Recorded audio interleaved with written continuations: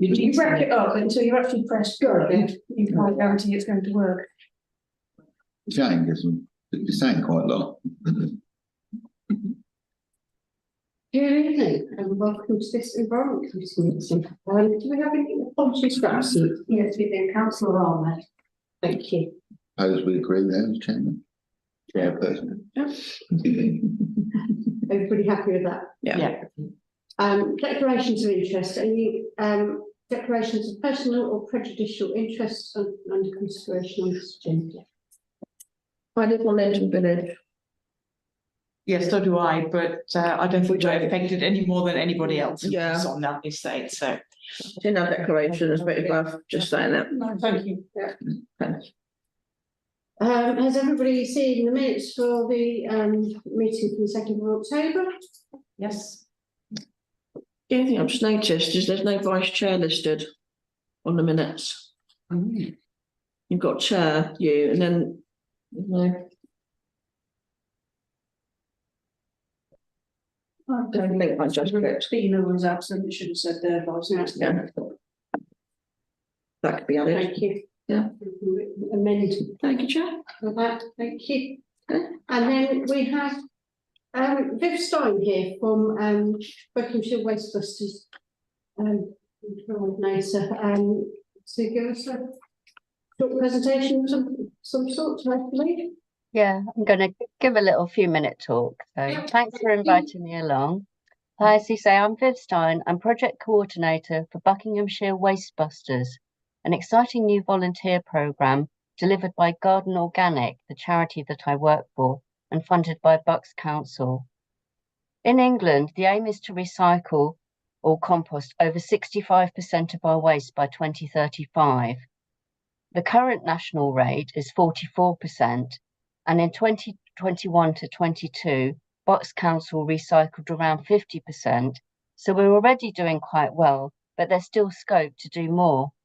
So the aim of the Buckinghamshire Wastebusters programme is to encourage residents across the county to reduce the amount of waste that they throw away. This could be by composting, reducing their food waste, recycling more, repairing items, or just not generating the waste in the first place. And this all combines to reduce the waste that we all throw away collectively in the county. So the aim is to create a change in people's behaviour in relation to waste and recycling, and to advise and support people to make a positive impact to reduce their waste at home. And how are we going to do this? We'll deliver it by recruiting a team of volunteers across Bucks who will engage with the public at stalls, at events, deliver workshops and talks to schools, colleges and community groups, and also talk to their friends, neighbours, colleagues, and do posting on social media or write articles and just connect with their local networks. I started in post in September, and the project is currently funded to the end of March 2025. We've been actively promoting it through Facebook, contacting a wide range of community groups, community boards, councillors, and so on. And I attended the recent Climate Cafe in Buckingham, where I met Margaret, who kindly invited me to come along and speak with you this evening. We've had our leaflets and posters now go out to all the libraries across the county, and I'd like to thank Buckingham Town Council for putting our poster on the notice board, I believe in parks. I've seen one in town so far in the car park, and getting the word out for us here in Buckingham. And today we held our very first volunteer training induction day over at the council offices in Aylesbury, where we had 5 very enthusiastic volunteers come along who've all signed up and been the first recruits for our programme. And we've got others signed up who will come and attend our future training. I think our next one's going to be February, and we'll carry on throughout the year. All that we ask about the volunteers is that they should live in or near Buckinghamshire and sign up to do a minimum of 30 hours volunteering over the year. They don't need any prior experience about waste management or public engagement, because as I say, we'll provide training and support. But the sort of people we're looking for are people who are comfortable at talking to people and who are very passionate about recycling or keen on composting, brilliant at avoiding food waste, or relentless at repairing and reusing. So if you know of any suitable candidates or can help us promote the programme, know of any opportunities where we can have a stall at an event, and I think you've got a spring fair, eco spring fair that you had last year, maybe we can flag that up. Okay, or any other places where we could deliver talks or workshops, then we'd like to hear about that. Or if you do have any questions about the programme, then please do get in touch with me. And I think my email address, which I can give you now, is on the appendix that you sent out on the agenda. It's vstein@gardenorganic.org.uk. And thank you very much for listening. Thank you. Thank you. That's very, very helpful. And Councillor Morgie. It's Howard. Yeah, we are starting up a bucket repair cafe, Yes. which is due to be launched in February, and it'll be at the very central office at the library, one Saturday morning a month. Yeah. We've taken we had conversations with the waste team as well, and hopefully we've had 10 people sign up for it so far, who are prepared to offer their time to help repair things, from leather to electrical. The formal launch won't be until February. Obviously, there's not much point in starting now, and then town council will be advised when and where it's going to happen. Brilliant. Okay. Oh, me? Yeah, sorry. One's before mine, but back to you, Margaret. Okay, all right. Two things. One is, I apologise for this. My mother was an English teacher. On your leaflet, it spells programme with one N. Yes, I know. It wasn't me, and it was already done like that, and it's gone out like that, and I agree. Well spotted there. If you could change for future programme, that would be good. Margaret's job. Yeah. What are you saying? The same thing. Not American. Yeah, I know what you mean. Secondly, have you contacted the supermarkets? Because when it comes to where people get all the food from, that actually then needs to be recycled, they don't use it all, they are the prime sources for everybody, pretty well, when they're buying their food. What are the supermarkets doing about encouraging people to recycle the food that they don't? Or not buy as much as vegetables. Yeah. Because it's I agree with all of what you're doing. It's fantastic stuff, but the big players in this market must be the supermarkets. What are the supermarkets doing? Well, as I say, we've just started off. We'll identify where people want to focus and sort of outreach and target their activities, but certainly food waste, as was discussed today, is like one of the biggest sources of the waste that could potentially, we in Buckinghamshire, we've got the food caddies, so food can be recycled that way or composted. Unfortunately, food waste going into the residual waste bin is quite the biggest contaminant and is costing the council money because it's it's all getting burnt at the plant there, and causing more energy to be used because it could be just composted instead, or going to the food waste aerobic digester, which is designed to be. So I think that's one of the things that we really do want to tackle: food waste. We will be dealing with the public, so whether people want to engage with supermarkets and do it that way. We did have quite a discussion about supermarkets and soft plastic recycling. I'm not sure which particular supermarkets here have that facility, but as you might know, the council don't collect the soft plastics, but that is one way of them getting recycled. But that was the extent of our discussion on that. But believe you me, food waste is kind of high up there in terms of our interests and passions to tackle. And as you might know, the council waste department have got a lot of resources on that, which we'll be using, as well as our very tailor-made leaflets for Buckinghamshire on reuse, recycling, composting, and so on. I guess I'm thinking that when people are waiting in the queue to check out their trolley, a leaflet or a poster at that point would get the message across probably to far more people than any number of stores in fairs and so on.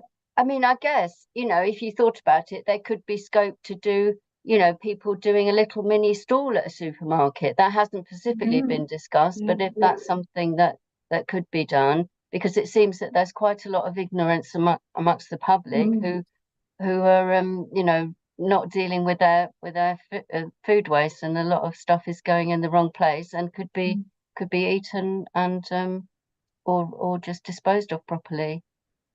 So yeah, okay, I hope that answers your questions. And yeah, I'm really keen to hear about the repair cafe, and maybe that's another opportunity for us to come along. In fact, I'd probably like to certainly come along. It's very close to me, so yeah, brilliant. I've got Margaret and then Lisa. Okay, thank you very much. I'm sure we all agree that it's a real scandal that so much food goes to waste, and we should be making sure we're not wasting food. But I agree it's better to put our food waste in the appropriate bin rather than into the wrong bin. But we should be working not to be buying so much food that we're wasting it. But the supermarkets do work with Jedediah particularly, and also with the community lunch. They get food that wouldn't be, it's past their date for selling, but it's still perfectly good. So I think most of the supermarkets have that kind of scheme available, and they do very well from that. The supermarkets do have weird promotions like buy one, get one free, and that probably shouldn't be allowed. The other thing I was thinking about, but John's the chair of the communication strategy group, maybe we, if it's suitably spelt and grammatical, we could put something into our when we've got space into our newsletter. I think that would be a good thing to do. Yeah.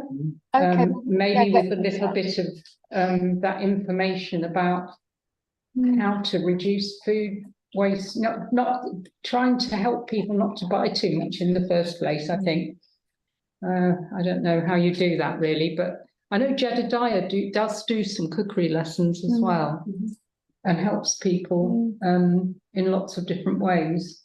But you know, it is an education thing as well, isn't it? If you want to let us know when the sort of the copy deadline is for that, and you know how many words, you know, we'd be happy to put something together.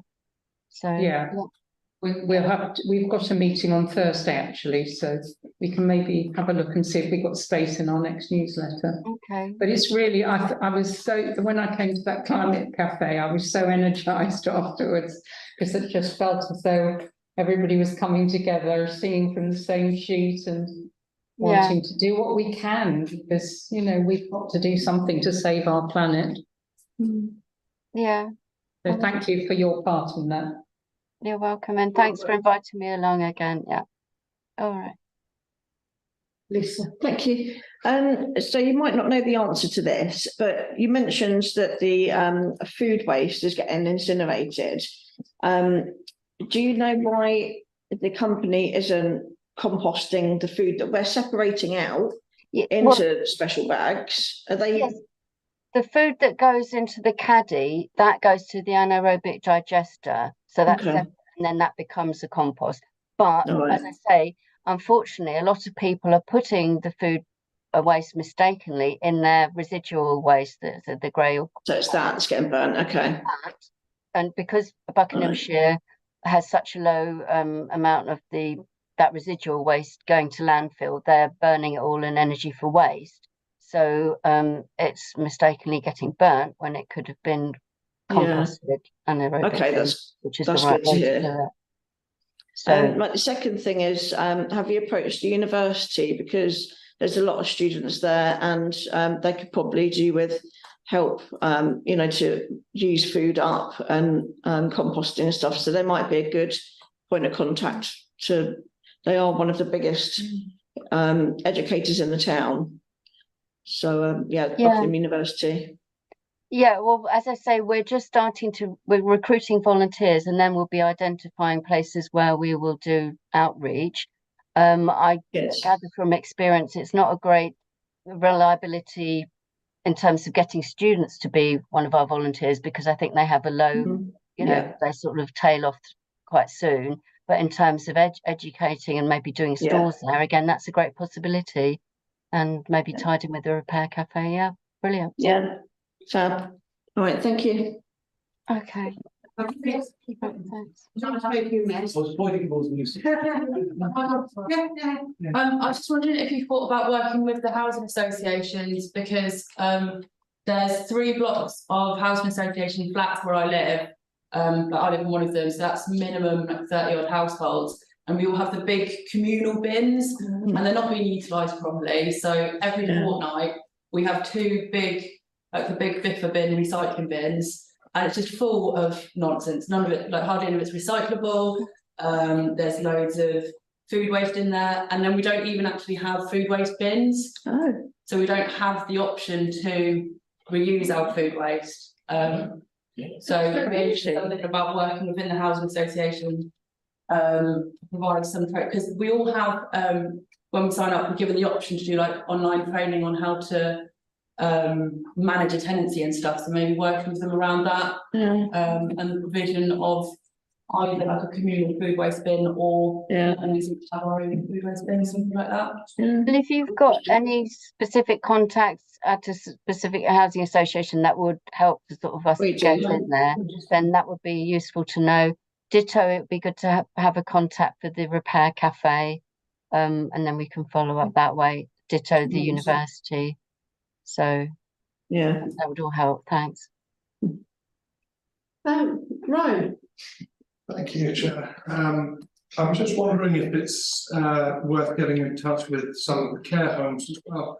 For instance, I work in a care home, and the amount of waste that goes through the doors is quite high. I'm wondering if we can sort of work with them to bring down their sort of wastage. Yeah, I think how I'm just sort of, I agree with you. The emphasis of our programme is household waste collection. So I would imagine actually that could be on the business side, or, you know, commercial side, so to speak. So that might not be our particular focus in this programme, unfortunately. I'll move back to John again, but it's right, unless you I didn't know when you got your hand up. Sorry, I was quite patient listening. Sorry. That's fine, it's fine. Well, thank you for coming. I didn't know it was a spelling mistake because I'm dyslexic, so it looked fine to me. Well, it read perfectly fine to me. I think most people would have known what it said. But you spoke to the people who do the edible garden in the Heartland, and Transition Buckingham, and Transition, the group Transition, because they're quite keen on everything green and recycling, and they're a good organisation in the sense that they might be just the people who want to be partner with you to take this to the next stage, because they're already 100% there with you.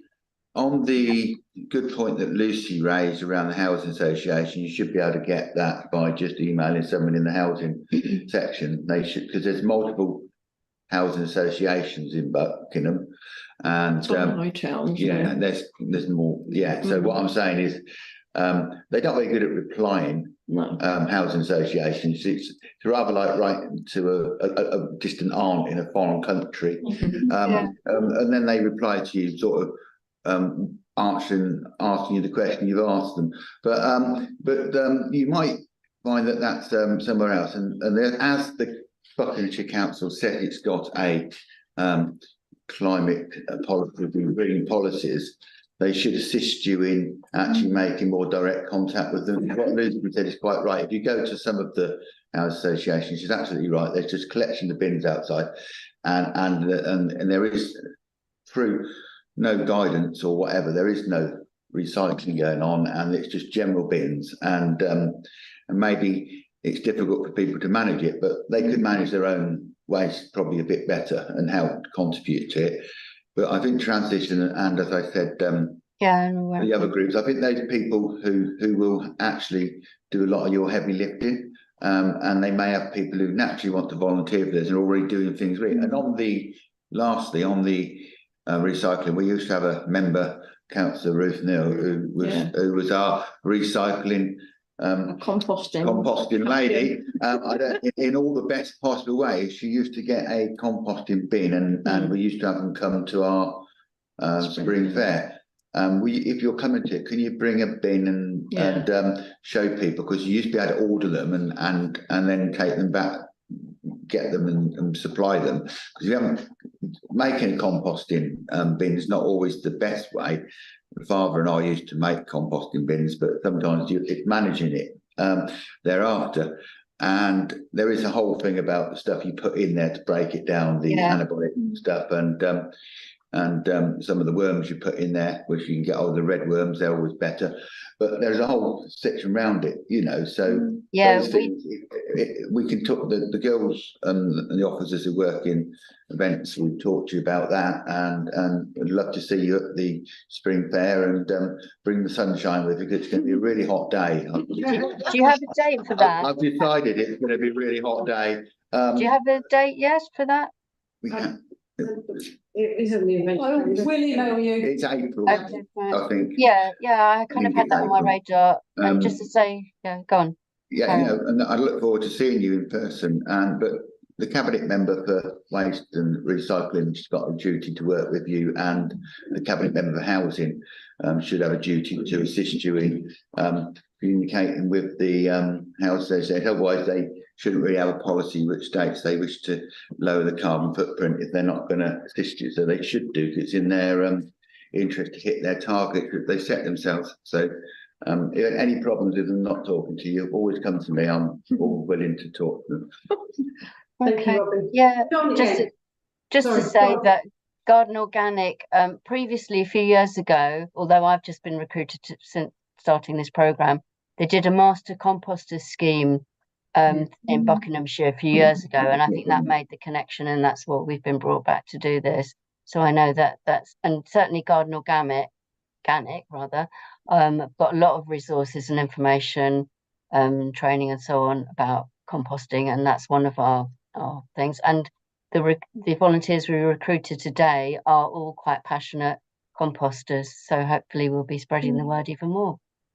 Brilliant, good. John? Yeah, can I just propose that we pass a brief motion saying that we praise and support the Buckinghamshire Wastebusters programme? Just so that we've got it fully on the table, and also that will then make it easier to put something in the newsletter as well. Yeah, I'll second that. Okay, cool. Everybody in favour? No. You can't vote. Sorry, not yet. It's unanimous. Thanks very much. Thank you very much indeed. Thank you. And we will see who we can round up to come up. Yeah. All right, thanks a lot then. Brilliant. Thank you. Bye. Take care. Bye now.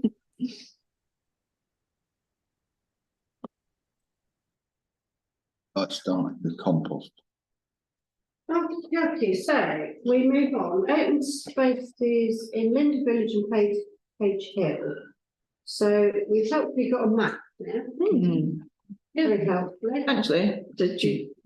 Thank you. So I think that's going to really be when it comes up in conversations, whichever forum or whatever. We can direct people to that map now. John? The map was a bit of a surprise, because it suggests, which I'm assuming this is correct, that part of the Hartings on the other side of the river is also now owned by this company, and the playground is owned and therefore will be managed by this company. Is that correct? No, sorry, I have to clarify that the yellow areas are just areas that were being cut by Bucks Council. So It's the next map. and it was just to indicate all the sort of green spaces that were being cut by Bucks Council in that area. So yeah, sorry, I haven't chopped off Heartlands or the play area.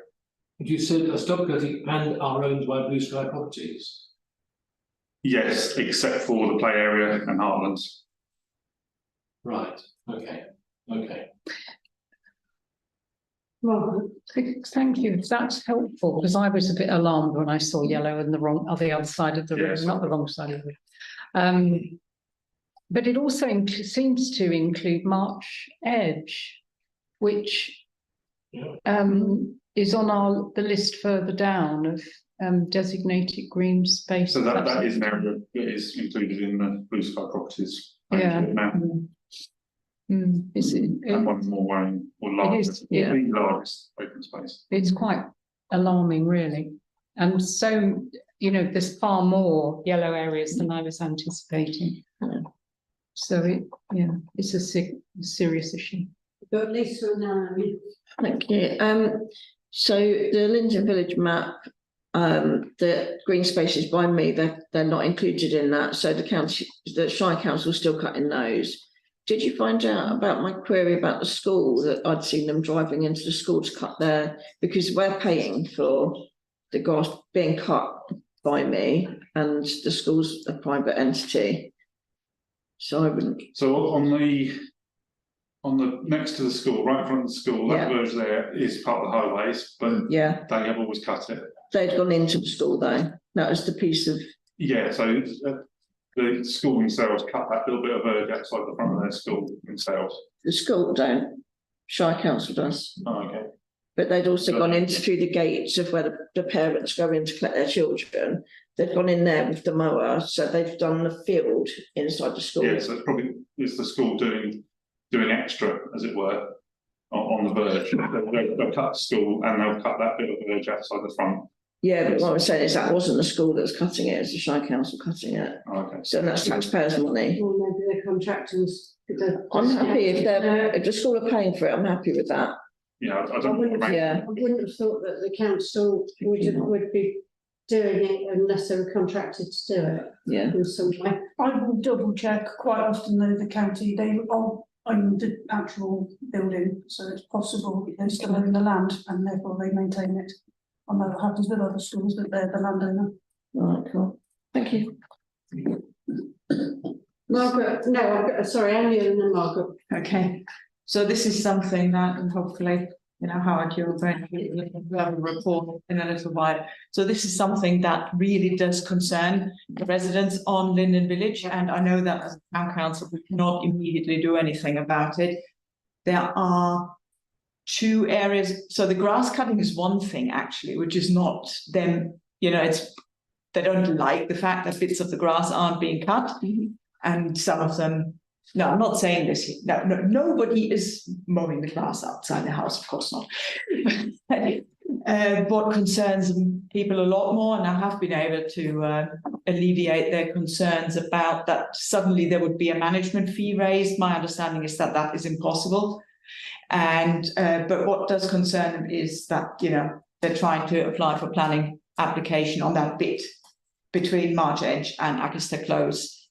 And but the mowing obviously eventually will have to be sorted out, and it would be very interesting to know whether there's any way in which this the new owners can be compelled to do so, and it's probably going to be very difficult.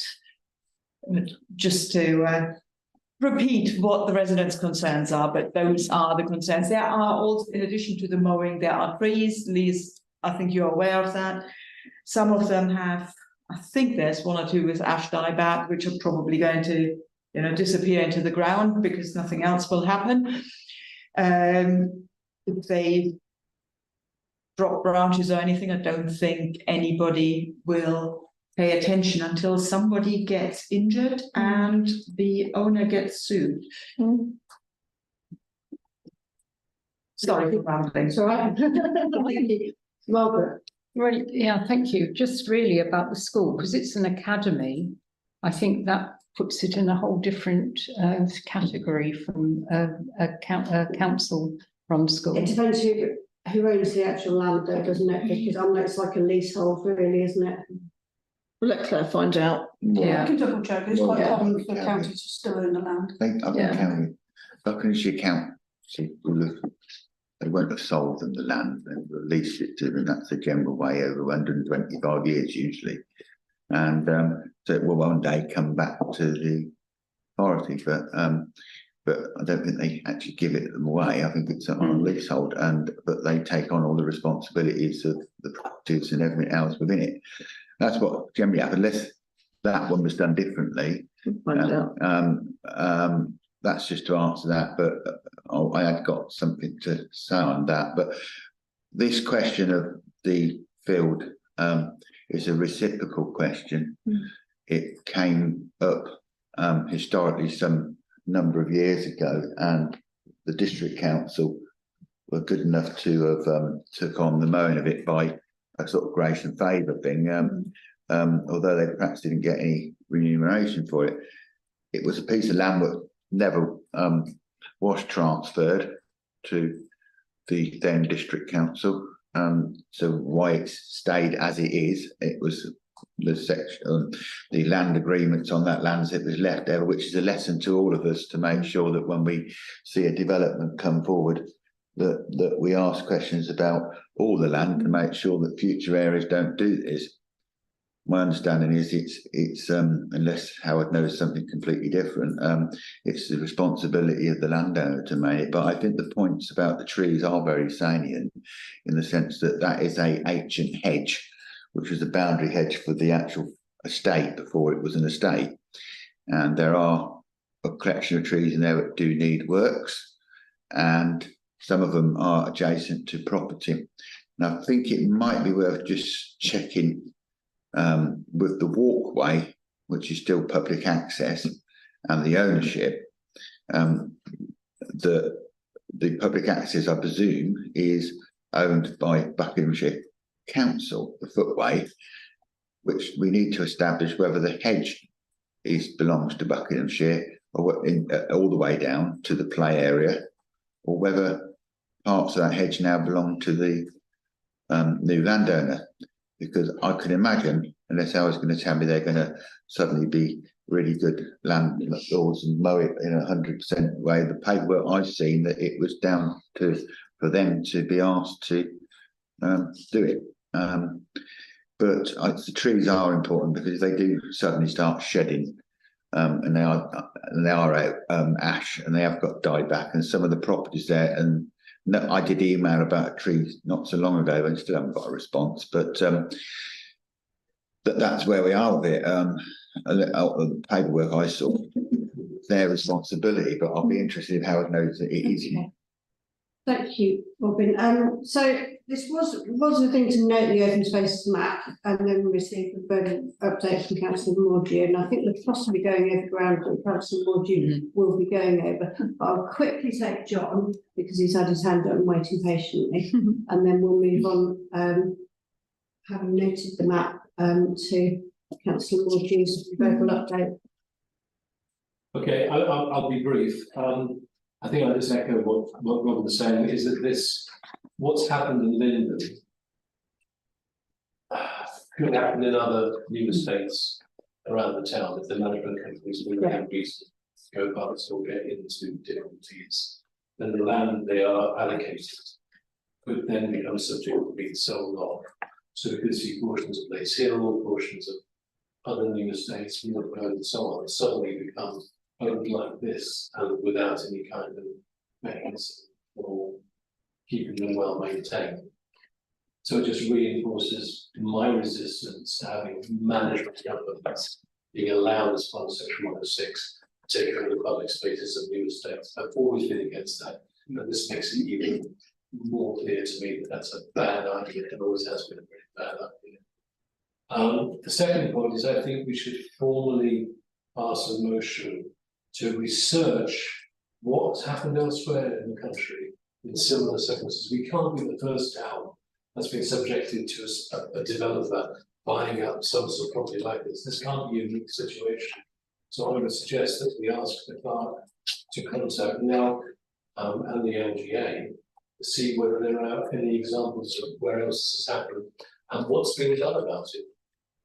Because this is something I know local people are very concerned about, as has already been said this evening. And I think the least we can do is a bit of research to see if there's any good practice around about making these landowners fulfill their, what we would regard as their responsibility to keep, to keep that land well tended and safe for, for children who might be playing on it and so on. Thank you, John. So this is proposed. Okay, can we take that proposal? Well, could I'd hear it about what was actually said, because the proposal was at the front of what you said, and So the proposal is that we contact now from LGA and find out. Yeah, that's the bit, that's the. I'll second that. Yeah, that's fine, John, it's just that how much is within the proposal. I think it's probably a good idea, so yes, we'll take that, proposed by councillor Harvey, seconded by councillor O'Donoghue. Those in favour? That's everybody. That's everybody. Thank you. Okay, so we note the open spaces map. Thank you. Councillor Mordew, over to you. I'll stand, it's easier. Okay. First of all, we would go to Page Hill. That was built in 72, and I bought my house up there in 73. Your fault, not your fault. So I've owned it for 50 years and 1 month now. And everything was fine. Blue Ball, who built the estate, actually went bust, but the land had been adopted by the council, and everything was clear, seemed to be clear cut, and the grass was cut for 50 years. Buckinghamshire Council changed its contractors early this year, as we all know. They went in for digital mapping, and digital mapping threw up a couple of anomalies. And they said part of that land was owned by 2 people I've never heard of. So the council said, well, you can't cut on land you don't own. So that started it off. And also you got the conflict between those people who like to see a neat estate. And when it was sold in 72, it was sold as housing and a parkland development. Because those people now say, well, no, what about the wildlife? Yeah. So we've got a conflict of interest there. So they cut the bits, first of all, which they thought were in their ownership. And I said, well, it really doesn't matter, because you've been cutting this for 50 years. What difference does it make if somebody owns a couple of bits of land? And that then developed into, okay, well, we'll agree certain bits of land which we will leave fallow for the best. And there's some of the banks and bits along Morton Avenue. There's also bits which I haven't cut, which they will cut as time permits, and that's the bit up Page Hill Avenue into Foscott Way, which looks a mess, and it is part of the estate. So I'm trying to differentiate between what is actually estate and looks nice, and if you look out your front door, you don't want to see scrubland, whereas it should be parkland.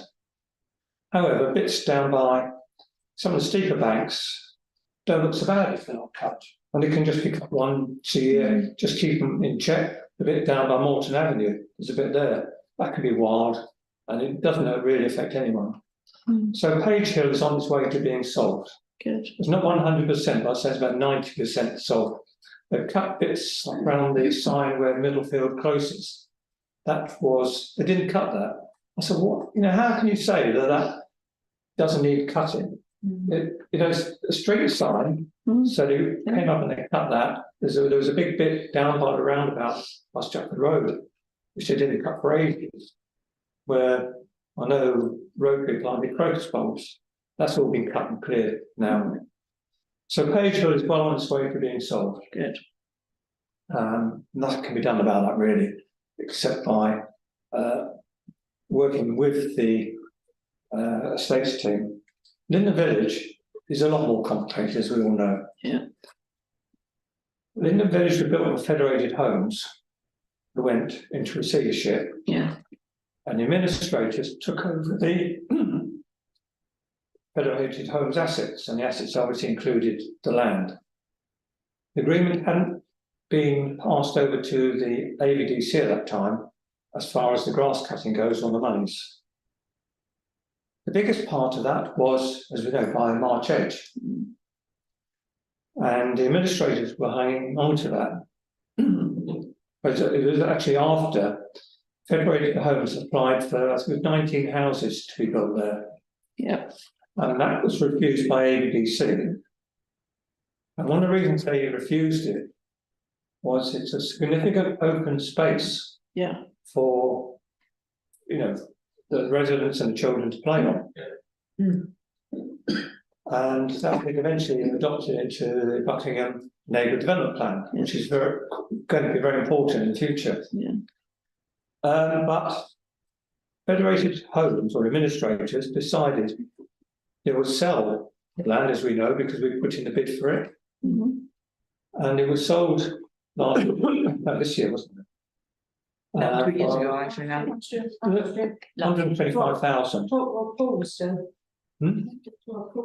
Yeah, it's sold to Blue Sky Properties, who is a development company who specialise in building or selling on land. They own something like 25 companies, which the latest is registered in Gibraltar, not necessarily to do with Linden Village. The two main directors, I know what companies are involved with and where any relevant points I've passed on to our legal department, the Buckinghamshire Council. But the problem is that for Buckinghamshire, they cannot mow land on which they don't own. They're not insured to do that.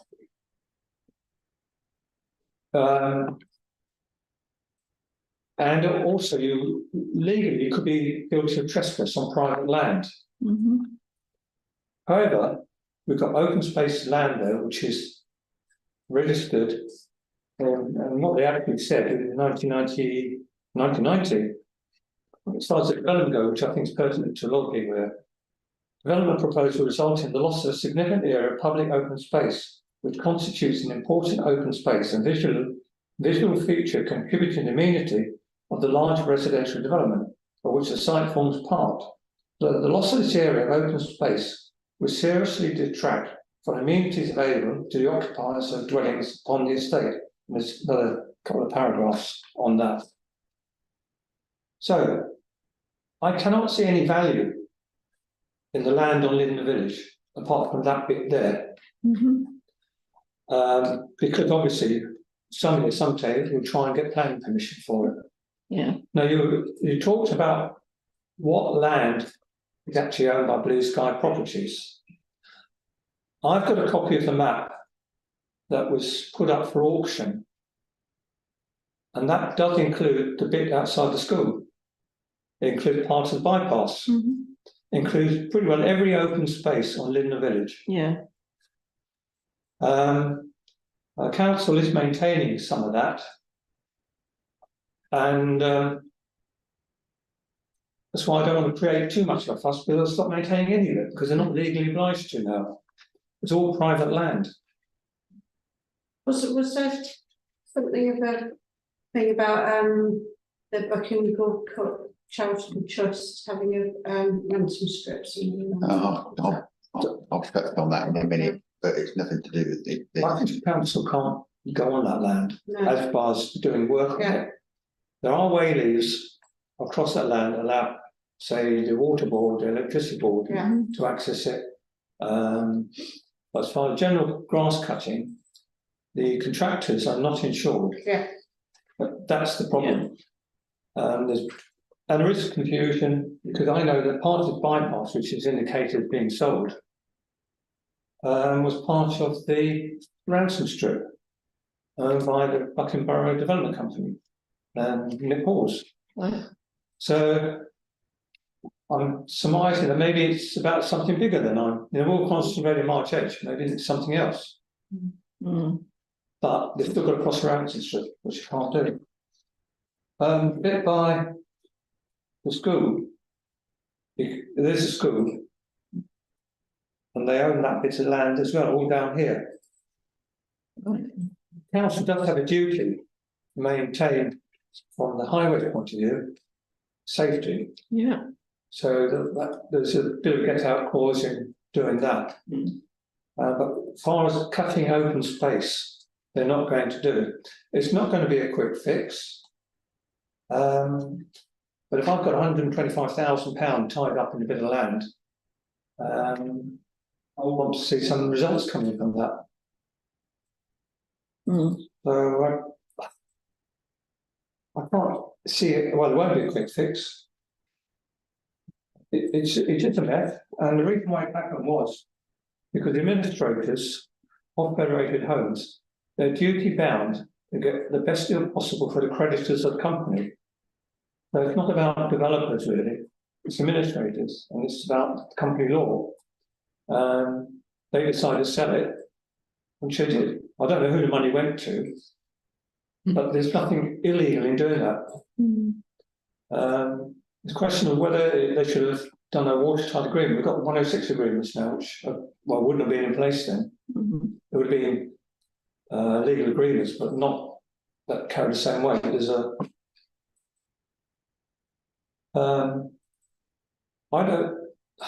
I think we've just got to let it take its course, unfortunately. You know, if a body wants to go on that market in particular and cut it at their own risk, then it's up to them. Technically, it would go to trespass.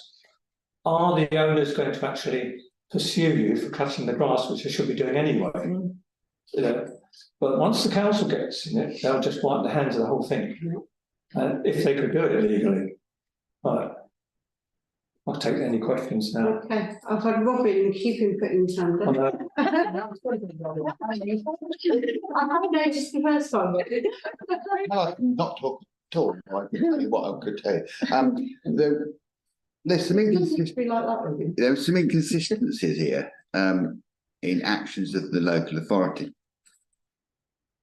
As Buckinghamshire Borough Development Corporation wound up, there was a sum of money which was accrued to the wound up. 50% of that money was paid to Buckingham Gorka Charitable Trust by Buckinghamshire County Council. 50% of that money was retained by the then District Council to mow this very piece of ground. And they took the 25,000+ pounds out of the money from the wind-up of the trust of the Borough Development Corporation's money, which comes to the Gorka Charitable Trust, all public record. So the District Council, in its infinite wisdom, took that money to mow the grass. They said that they had this ongoing cost of mowing the grass, and they needed the money to do that. So at the time, it's even in the minutes of this council. So that didn't go to it. There are all sorts of maps available about all these areas. What I won't say is, what I will say, there are maps available which were handed over to the Gorka and Buckingham Gorka Charitable Trust by Buckingham Borough Development Corporation. Now, those maps are very big, very large. They include areas of lands which may not be owned, but they have title over, and it's a job picking through those titles. So I think it might be worth making those maps available to look at. But Robert, the land was sold. Somebody paid money for that land, and they own it. It's been registered. What I'm saying, Howard, is it's a truism and a fact that the District Council took the £25,000 to mow that grass. Now, what you say is factually correct. They don't own the land and they could be trespassed on it, which would the money was taken from the Borough Development Corporation's money and the wind up and didn't come to the trust. So the fact that there must be a record of why they took that money, and there must be a reason why they felt they could apply that money on land and mow land what they didn't own. So at that point, I suppose it was owned by the Federated Homes. Yeah, when it's owned by the administrators, they can't do anything with that land. You know, they can't maintain it because they have to maintain it for the only benefit of the creditors of the company. I got AVDC, and I think you remember that land was a mess around my March edge. It hadn't been cut, hadn't been maintained at all. From a safety point of view, what they could do, because nobody else was actually going to do it or could do it because they didn't own it. It was, at the time, it was Tim Mills and Headley and whatever, but that area land. So there's been an unusual relationship with this land. I think we can agree for a very, very long time. The fact that the district council felt that they wouldn't hand the money over and would use it to mow that land. It's a fact. It's a fact. You could take it up with the council, but then when you think £25,000 on grass cutting, I know it doesn't go. What I'm saying is the intention. Been doing it since 1991. The money wasn't handed in 1991. I can assure you, it was a lot later than that. But what I'm saying is there is a record of what their intentions for doing it was. How we get to a point where we move it forward, it needs as we don't own the property and don't do the property, would need to ask the town clerk whether we have any legal basis to be involved in asking the owners what their intentions are of maintenance, because the mayor raised the very poignant point, which is a safety issue around the trees on that, and I think that is something I am concerned about, and whether we can do that or whether it's something that we need to ask Buckinghamshire Council to do. We have written to Blue Sky. Sorry, excuse me, we have written to Blue Sky to ask what their intentions are. We've done that not necessarily as an enforcement agency, but as an interested party to ask the question. In which case, thank you. We don't need to ask. You've done it as a courtesy and a duty of care. We did it today. So what I would Buckinghamshire Legal, and they are writing to Blue Sky, and they get no response whatsoever from them. Probably cloudy then, isn't it, Howard? These guys. Yeah. But on the mapping, can I suggest that that we ask the clerk of the Buckingham Community Wildlife Trust to make, for information purposes only, those maps available. I think we can ask them just to see the maps, because there is mappings which I think may actually be of some assistance to understanding future problems, not present problems, and seeing future problems is something that we should be looking at. And let's not send any hairs running, but I'm taking the point that Howard said about the concern around areas of land and whatever. The knowledge is power, so I think looking at maps and seeing what it says, it wouldn't be a bad thing, period. So I would suggest that we write to the clerk of the Buckingham Community Wildlife Trust and ask if we can have sight of those maps. So I am just looking back. So I seem to remember at the time, and I wasn't quite at the time, but my recollection is that there was confusion as to actually the map that was published on the website by the management company was not necessarily accurate of the land. That's what I remember. After speaking, trying to get it and see if I can find it. But there were certainly anomalies, and I know Paul wrote to county and was told that some of those things that they had been adopted by highways, and even though they were on the map, they didn't belong to Blue Skies because they were adopted highways. So that initial map that was sent out was not correct. But I do have to say, declare an interest in what I said, because I am chairman of Buckingham Community Charitable Trust. I've got Anya. I think the point I was going to make was precisely that, that the original map, so was just the point that Claire just raised. Okay, thank you. And Lucy? It's just again on the subject of maps. Is there any benefit in maybe looking at the original map of sale of land to Federation Homes? Because I know it wouldn't be the first time where there's been potentially a discrepancy between the original land report and then over years or over decades, boundary lines get blurred and land is sold that potentially wasn't theirs to sell in the first place. That would be quite a trawl through around the land registry, wouldn't it? The land registry, if you go to them and ask them where the boundary is, they'll say it's purely indicative, their maps, and you have to trace it out on the ground. Thing is, once you've drawn a line on a map, whatever scale with a pen, by the time you've scaled it up. That's right. So, in a way, yes, all this question of the boundaries and the maps. I mean, Buckinghamshire Council are maintaining the highways, which are and the verges of this, and in my view, entirely legally. And I think this is not. I don't think this is land owned by Blue Skies, whatever. That doesn't, of course, address the problem of the land on Linden Village. So there's this bit by March Edge, which is a concern, but the big greens within, I mean, Breakshaw Close is actually almost the worst because it's also the biggest. And it's by now this big, and I don't have a lawnmower that's big enough to cut it. But this will come back to this committee. You know, residents will keep approaching us on this, and quite frankly, I have absolutely no idea what it is we can do about it, but it will come back to us. There is no duty on the owner of the land to maintain it or cut it. They can leave it however they like.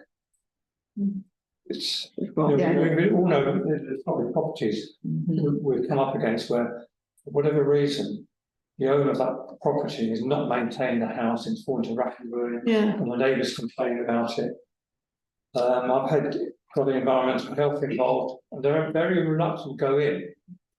But they will go in if they think there's infestation problem or there's a danger in there. But going on somebody else's land is very difficult. Yeah.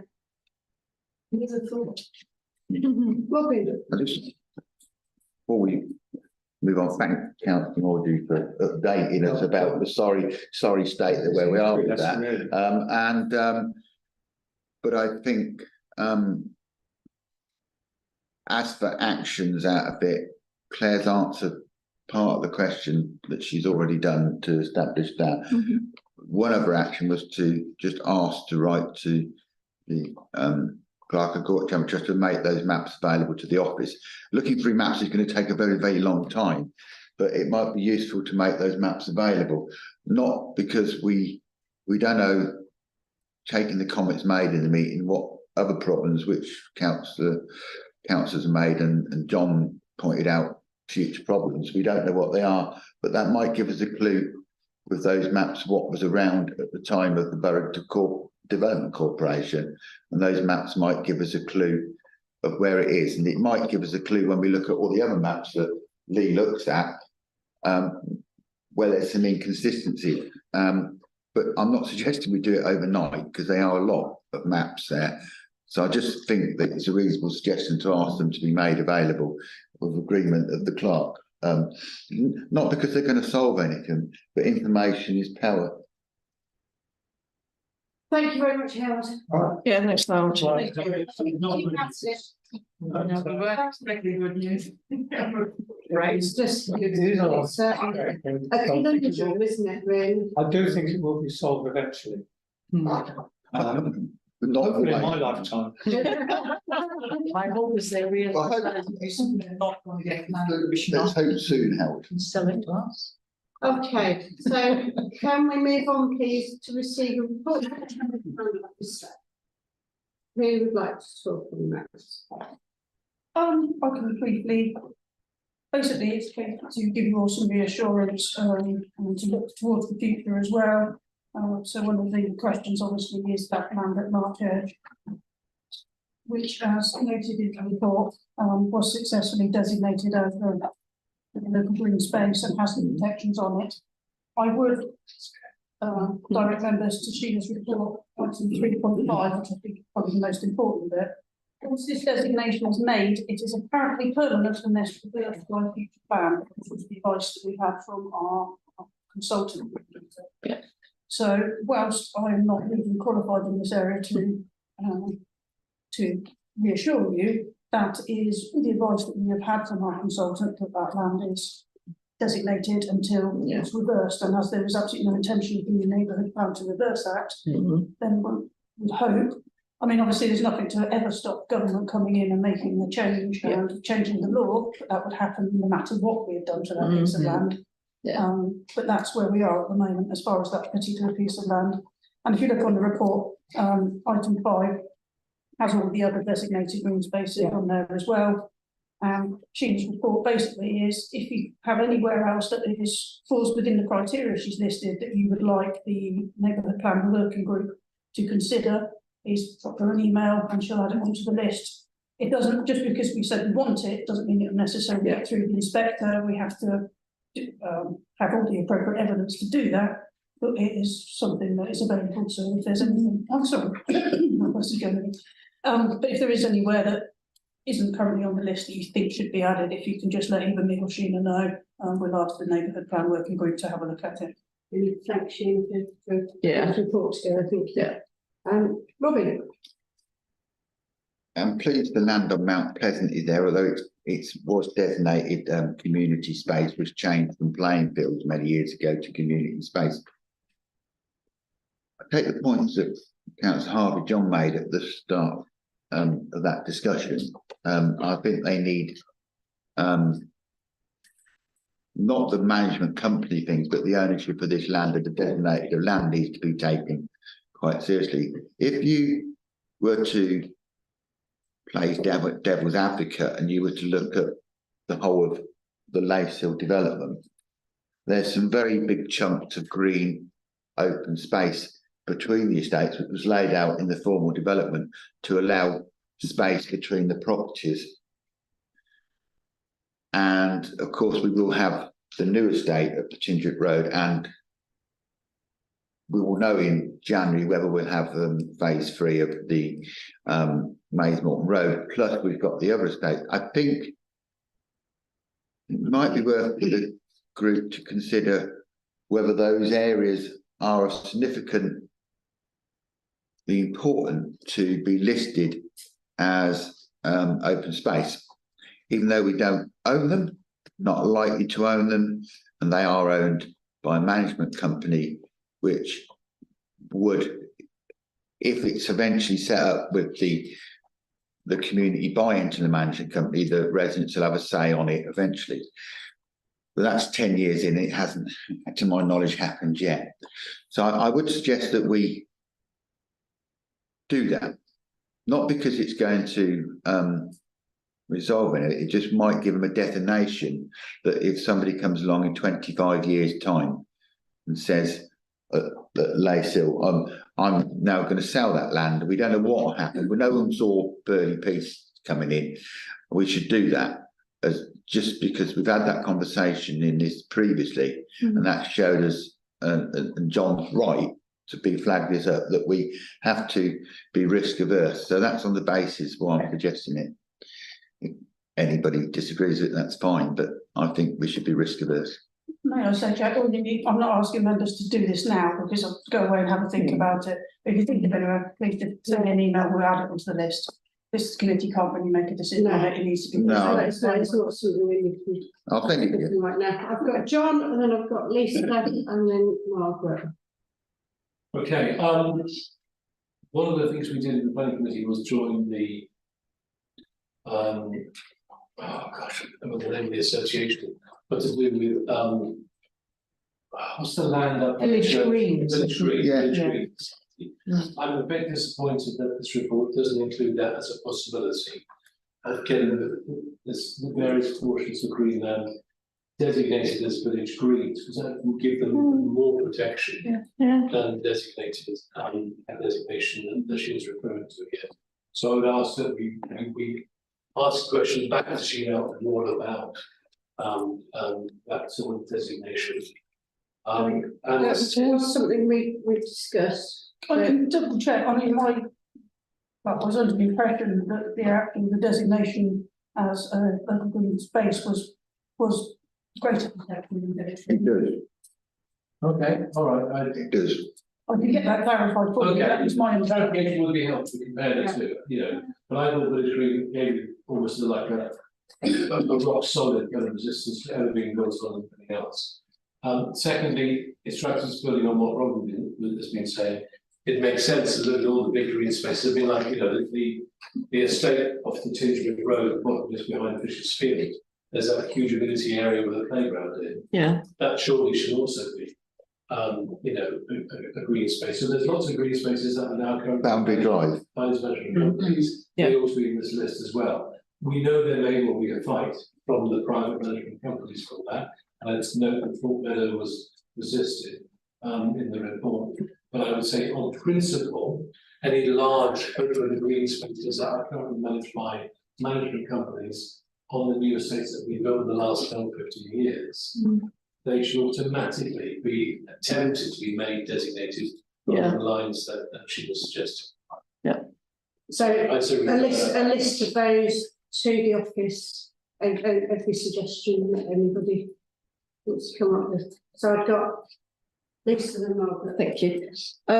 It's kind of going on from what John said, but the reverse, because I was going to ask Lee, what the pieces of green that Robin was talking about on Lace Hill, do we know what pieces of land that we could perhaps put in?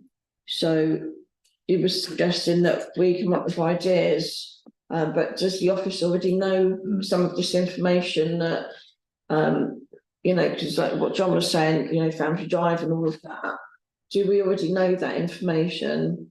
So it might be submitting it, just kind of, we said these are the areas, the estates in the last 10 years. Have we got that information already? Yeah. We know most of them, yeah.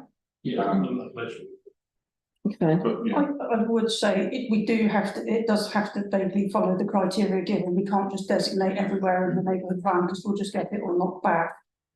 So Gina has listed the criteria required in order that we would be able to do that. So we're looking to give us suggestions for places that fulfil that criteria, which is the considerations in paragraph 6. We can't just say everywhere because we simply would, well, we just use time. But kind of building on from what John was saying about, you know, we know these developments in the last 10 years have got green spaces on. I'll be honest, Lisa, we've done a lot of work on this already in the neighbourhood plan. Yes. You know, it's full of councillors as well who are all contributing. This is just a little Bourton basis.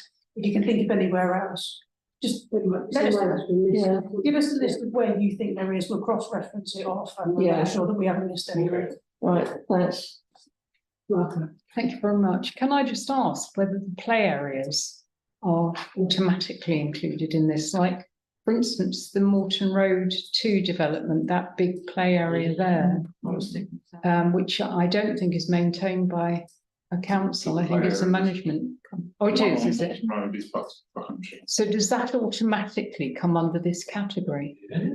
And if not, we ought to be listing those play areas because they are definitely of recreational value per se. And we would want to protect them because I know of a town not too far away which had a beautiful golf course and they shut the golf course and built all over it. And so, you know, people can shut play areas and build over them as well, I would imagine. And I know that there are certain political moves nationally to reduce the planning controls, and it would be awful if some of those lovely areas which serve those communities were put up for building. List them. We'll go through, the office will go through and see what reaches what criteria and we'll take it from there. I think it's going to be the office, obviously. This will be the neighbourhood plan work. We are doing a lot of work on this. It's not just us going yes, no, it'll go through the working group, and we'll do all the research, go through our consultant, Sheena, who is our specialist in the matter, and then we'll put it all together. But there's no automatic inclusion of the play areas. There's no automatic inclusion of anything. No. I'm going to take Lucy first. It's just a really quick one. Would I be able to get a copy of the criteria? Did you get the agenda? The agenda is available on the town council website, so you can see all agendas of every committee, but it's a very last minute. yeah, no, that's absolutely fine, but you'll get it there. I'll forward you the. You would have got the email because it goes to full council, but you scroll down, there is a little link there that leads to the agenda. Just Anthony's here, and he's been probably one of the most busy on the neighbourhood plan. I've been to some of the neighbourhood plan meetings, but to Anthony's credit, I think he's done it all. I'd be interested in his view around the questions and points being raised. My concern in asking is when we're trying to deliver a plan, the pushback on some of this stuff and delaying the plan. It's all very well having these great passionate thoughts about stuff, and I just interested what Anthony thought from the conversations around these issues, because I haven't been to every neighbourhood plan meeting, been to the ones where I've been available, and whether he feels there could be some pushback and delay the plan. I think you need to know that. I'm not aware of any specific pushbacks, and Robin is flattering me a little, but certainly all the observations I've been making have been much more generalised over areas. Now we're getting down to very specific geographical locations, and this is almost, another layer that we're now looking at. And as long as the criteria is strong and easily understandable, we can then dismiss certain things from coming under threat, obviously. Equally, some things will be there. And you're going to get local opposition. I mean, Robin alluded to it. You're going to get local opposition. And if we feel strongly as a town council that a particular parcel of land should be included potentially for development, we have to be able to make a decent case for that to the residents. Nevertheless, I can't honestly say there's going to be a lot of areas that people are going to argue about. Excuse me, because at the end of the day, the strength of open green spaces means that most of those things that are designated like that or similar will remain so. But it's important that the town and the residents have their say about such things, and we have to brace ourselves for the potential for some pushback from time to time. But as I reiterate, we have to make good, clear, strong cases for any that we feel strongly should be included. I'm always a bit worried if we see too many monsters under the bed, as it were. I think in reality, there's going to be very little that's actually going to be argued about. But that's only my opinion. Thank you, No, I've just got just to manage everybody's expectations completely. If it's in public ownership or ours, if it's privately owned, then the pushback concern obviously is that it will be the landowner who will say of course and fight. In which case we need to make sure our argument, as you say, is legally sound. Yeah, of course you do have to look at the other side of the coin. There are going to be those landowners who've got a nice piece of land who would just love to flog it for housing or whatever, regardless of what we think about it. And we have the reverse battle then, don't we? Yeah. But it was ever thus. Okay. Right. Shall we move to Buckingham? Please. Yeah. Excited. Do we just need to note this report for me? We do need to note this report, and thank Sheena for Yeah. So noted. Thank you. Okay. So we've got the latest figures and problems and the proposed budget. So do we have any questions on the budget? Not the actual budget, the new budget, Chairman. It's all the explanations on the budget, waiting for sponsorship on page 8, and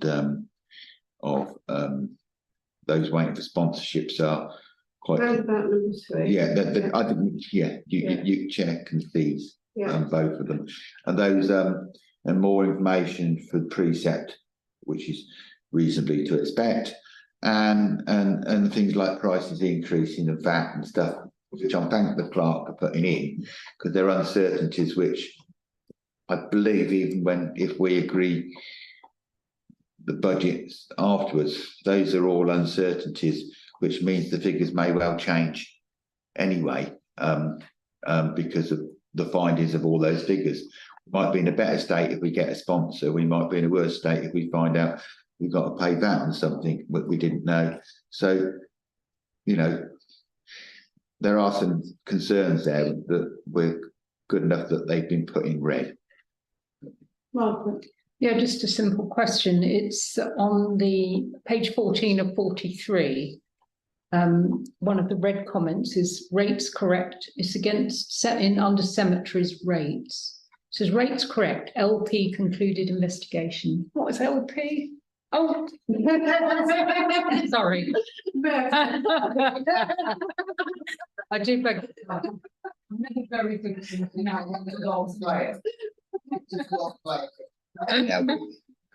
Thank you.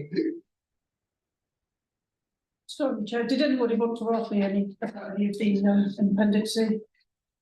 Any clarification or anything? I think I found it quite clear. Yeah. John? Yeah, just one question about the new Toddler Play Park. Did we not own it before? It's because it's got received Section 106 money and then we use it to buy it. Who was it? Who owned it before? We did. We replaced all the equipment, so it's the purchase of the new equipment for the play area. Oh, I see. So it cost 120 grand on the new equipment. Yeah. Very good value, I would say. We got it all back from Section 106. It's a great park. It really, really is. If those of you who've not been down there yet, it's brilliant. I think it's probably a bit big for it. I'm looking forward to enjoying it over the next few years for my grandson. It's really, it's got whispering tubes and music and kaleidoscopes. Very, very good multi-sensory playground. Good. Okay. So can we move on then to the report from the town clerk? That's from 6.2. Okay, so as we did last year, and as we've already started doing with other committees, I'm putting a draft budget for you to have a look through. This is for you to, if you're happy with it, recommend to the precept meeting. One thing I would say is that I have penciled in a rough idea of the wages costs. So that's wages, pension and national insurance, but that will need to go to resources who are responsible for staffing and staffing structures, etc. will all need to be agreed before that will be cemented in. So that's what I put in there is a rough idea, but that may well change. Everything else, Lee and I, and where appropriate other staff members, have been through every single budget line. We haven't imposed a blanket percentage increase. We have literally gone through every line, put in what we think we will need for next year, which is the same as we did last year. There are probably a handful, if that, of items where we literally have no other input. So there I have predicted an increase of 4.5%. As I'm sure you understand, if I could predict interest rates accurately for next year, I wouldn't be working here. I would be minted. But that's my best guess. I've looked at the latest, the Treasury figures that were actually published on the day that I wrote this report. So their guess is, this is the independent forecasts are anywhere between 0.8 and 6.1. So I've gone with a reasonably small c conservative 4.5. So this gives a overall increase of just over 4% on the budget. But to be clear, that's because we're not budgeting for the bridges, which was 45,000 that we did last year. So we can knock that off. And without that, and a couple of other cost saving measures, that comes out at a rough 4.05. But that is very much subject to change once we sort out the staffing wages. I'm absolutely sure that the answer you're going to come back being reassuring, but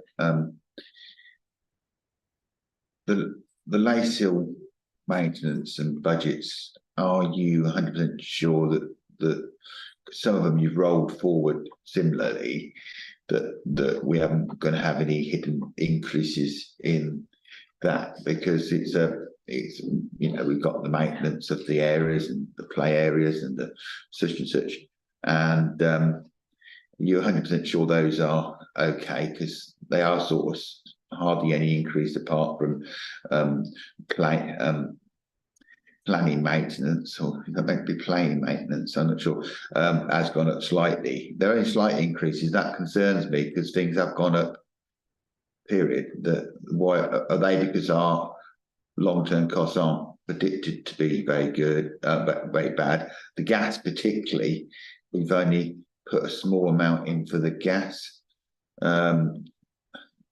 I think that, did we overestimate it last year against where we are? It's just that I'm worried about those, that we have to accept that you may come back with some increases in there, because information is going to change between now and then, despite the fact that the inflation may have gone down, but costs have gone up.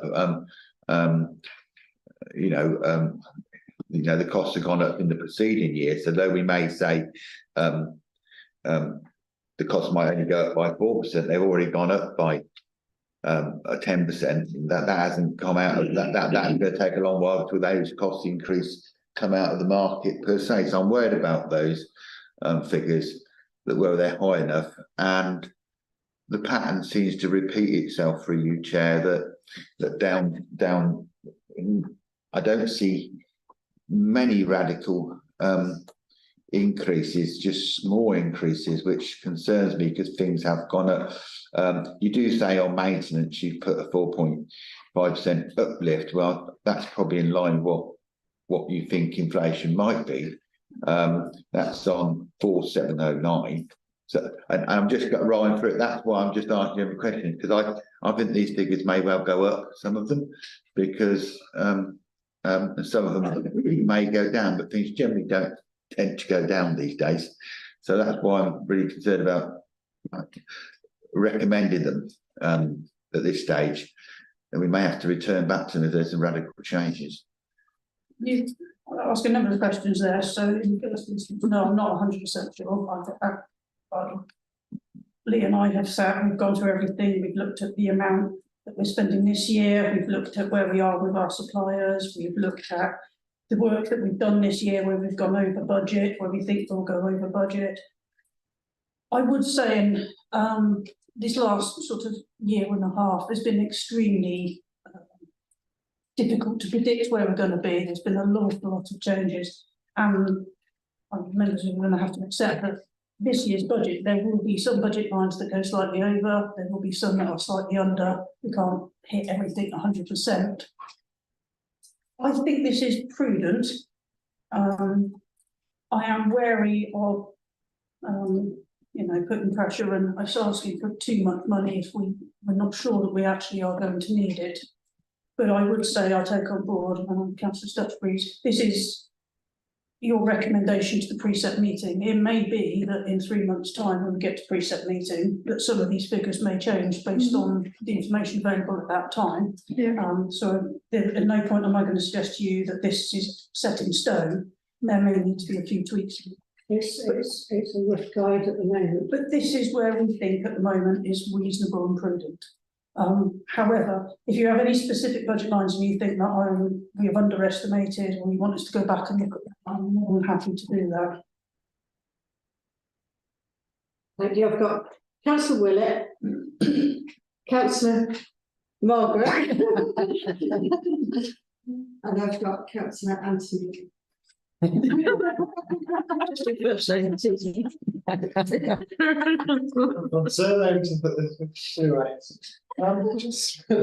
Just for a point of information, how much would it benefit councillors like myself you know, how much the actual increase is in pound, shilling and pence.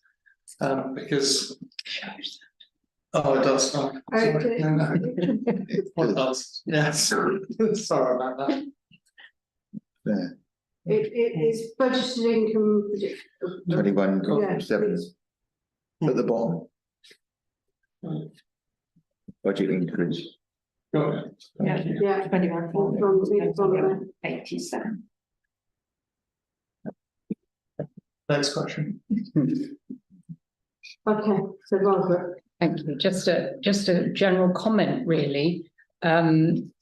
I think one of the reasons why hopefully we can keep this budget, and correct me if I'm wrong, to just over 4% is because they went up so much last year that most of the increases were included in the current year's precept. So the hope is that the following year precept won't be as such a huge increase as was necessary for the current year.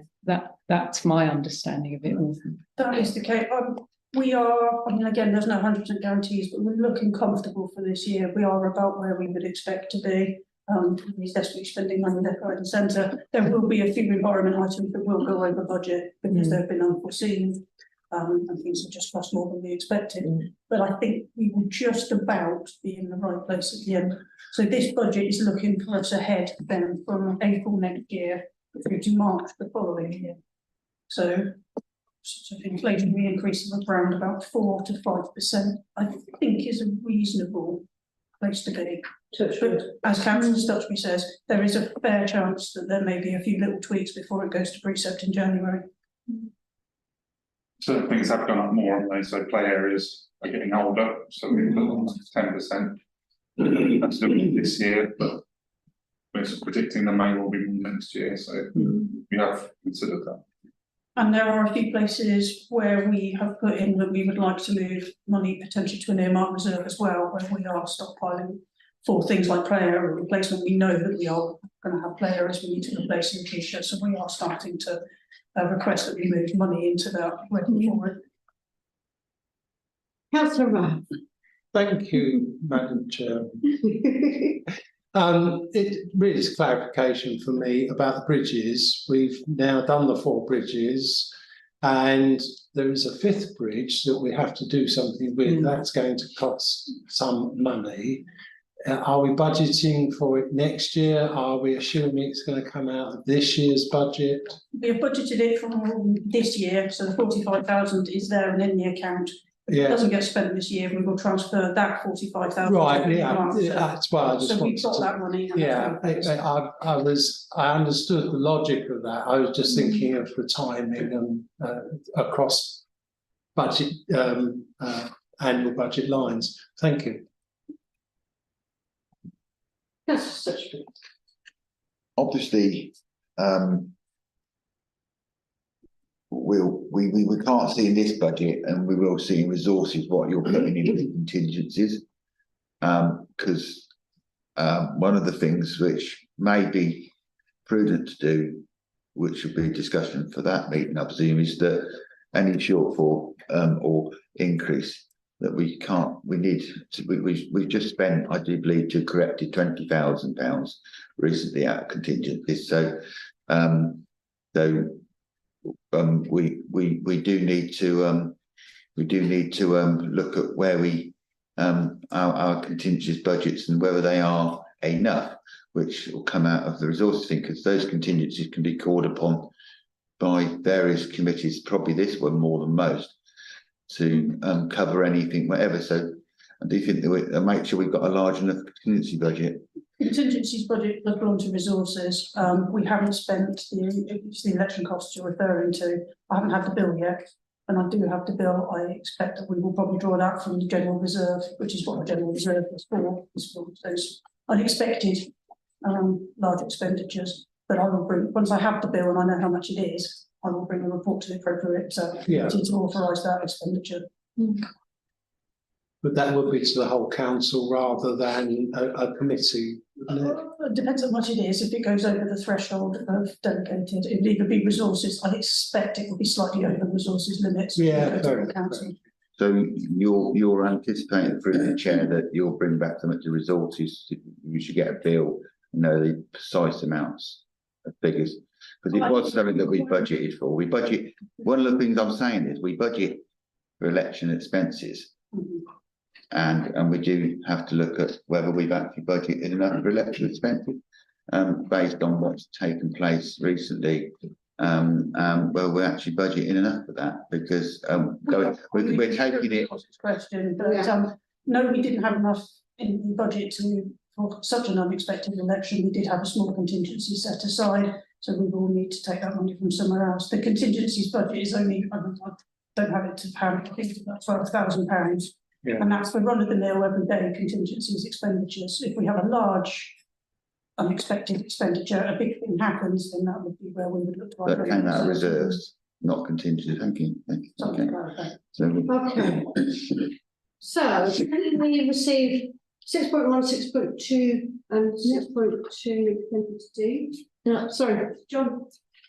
I just want to request that nothing is done with the fifth bridge until we've had a proper chance to look at the options for turning it into a sculpture or something. Made safe, obviously, but I've got ideas that maybe we can get some sort of Arts Council or art to turn it into a bridge of peace and light. Watch this space. Sounds intriguing.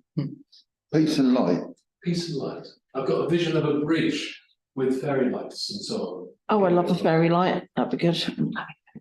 I would have to check that, but I think we have a some structures that would take an artist. I don't know, we agreed to remove it. So yes, I think that. I think that's, yeah, so we can't really come back to that for 6 months, can we? A safety issue, wasn't it? Yeah, it was a safety issue. We can make it safe without destroying It's people It's walking over it. voted that it will be removed, I believe, John. Just check what the discussion was, John. So we were still on budget, so we need to. Go back to budget. Go back to budget. Yeah. We need to receive these. Can we record our thanks for you, Chair? Yeah. Record our thanks to the town clerk and the team for putting the budget together. It's a tough job. I propose that. I'll second. Agreed. Yeah, agreed. Okay, so item 7, motion from Councillor Harvey. Harvey, Well, obviously the motion is quite a full motion, and I've given a chance to read it and probably links as well. And the town clerk and I've had some discussions about this online as well. And it really came from a recent government report that showed that Buckinghamshire is one of the highest national average in CO2 not remissions, should be whatever the word is. Emissions from transport. And then I did a bit more digging because that we had done a bit of work on this before. And it just seems as if we're getting kind of ignored by the Shire Council. They've got various, measures in different places, but we seem to be very much the poor custom. Surprise, surprise. So I'm recommending that we note all of the points, the first 4 bullet points there, and then we ask the Shire Council to reveal all the information it has about vehicular pollution in our town, in light of the new figures in particular, obviously, and ask, as you can see there, what actions are being taken to measure, because unless we measure this stuff, we don't know how good or bad it is. Particularly, our perception is that we are at the fulcrum of many significant roads, the 421 and the 422, lots of traffic, both through the town and around the town, although it's going through the town still now, Macefield and soon to be Oswey Way and so on. And we also asked them for what their specific plans are to reduce, mitigate whatever air pollution in the town. We've had this discussion before about Everton Way and the plumes of fumes coming off the road onto their gardens. Children are playing, and what local actions we take to mitigate the impact of this pollution. So very specific questions that we should ask them, referencing the points above. If you follow the links, you see that there are lots of measurement points down by Wickham, And then we get up to Buckingham and there's like one or two. And although obviously we're not as big as Buckingham, pro rata we have a lot less measurements and not really in the right places, not really where people live, particularly this is the A421, which is must be one of the busiest roads in Buckinghamshire particularly. So that's the motion. I hope you will support it, second it first and then support it, and then we'll just get those questions off to the Shire Council and hopefully begin with some action from them that will make a difference to the health and well-being of our town. Thank you, John. I don't know who put the hand up first. Mine is the information. Okay. To reassure you, part of what you're asking, John, Mr. Shavings came to this council some time back and he sat in the public session and asked questions around emissions. What we are aware of now is, since I followed that up, because it wasn't something that the town council could follow up, and I do believe the town clerk's seen the correspondence now, we have got measurements taking place on the A421. There's some tubes up there which are measuring the particulate things, and they're up there now, so they are measuring it. So they can't give us the measurement for that until they actually, I think they won't know until March 2024, because they have to be up there for a reasonable amount of time to get a measure. You don't just put a tube up tomorrow, they've got to measure the total over a period of time. So what we identified when we last discussed this was the A421 wasn't being measured, it is being measured now. So I think thankfully I did go up there and walk along with them, and it was much pleasure was had by all. And we had quite a lot of conversations, but we have got some tubes up there. So that's going to come back. So we shouldn't ask them something they're going to write back to us and say we are doing it. So the A421 they are doing, but we perhaps should say that we understand you're measuring it, and please can you advise us what your findings are once you've got them. But they might not do that immediately, because it will go back into a matrix and then they'll produce a chart. There are figures for the town centre available. The last time they measured the town centre, they put them in there the weekend of the fair, I think, and there was a thing outside the next minute. So I think partly we shouldn't ask that, because we'll just get a pushback saying, why are you asking us, we're already doing it. I have no problem with the principle of trying to find out what their policy is. It might be something that we need to, there was a report recently on this very subject matter that went about air pollution, air quality. I think it might have went to the Transport and Infrastructure Committee. I don't sit on that committee, but I think I looked at the report. So I'm conscious that when we ask questions, we've got to make sure we don't sort of get a thing that, well, we're doing that. So if we can knock off the A421 and say, amend it to saying, we understand you have been advised that you are monitoring that, and we look forward to that section.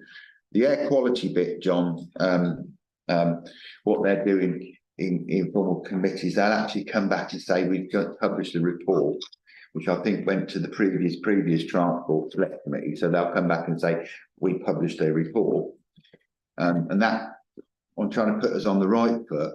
But I think that the second point down, where you make the point and the link showing the amount of air quality measurements in South Bucks to North Buckinghamshire, is quite concerning, in the sense that, yes, it's more urban, but there's just as many people live in villages in North Buckinghamshire, which has got traffic as there are in South Buckinghamshire. I think that's a very good point. I hope those two things aren't meant to be petty, but they're meant to help to make sure we don't get a pushback saying, well, we know so.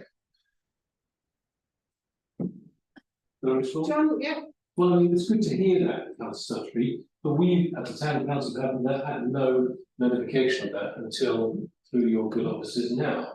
They never written back to us, as far as I'm aware, that they're doing some monitoring. They're not obliged to. No. I appreciate that, but obviously, if I'd known that, I would have phrased the motion a little bit differently. But hang on, So why don't we say, in the fourth point downwards, where it says, county notes, blah, blah, blah, blah, Bucks Council, no action or measurement related to Buckingham Community sites where there is some monitoring, bracket, although we are advised that some A41 measurements are underway. End of bracket. Yeah.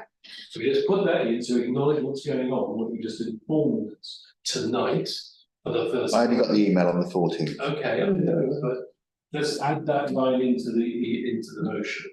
And then that gives them a chance to reinforce that and tell us exactly what they are doing, as they might have courteously done when they put it in place in the first place. I'd like to second the motion, Chairman. As amended, Lisa. Yeah, as amended. Because I'm not clear on this society, but can we please either have feedback on that and make sure we're 100% sure what that is? Paul, are you able to, do you know what that is? So this is the penultimate paragraph. Yeah.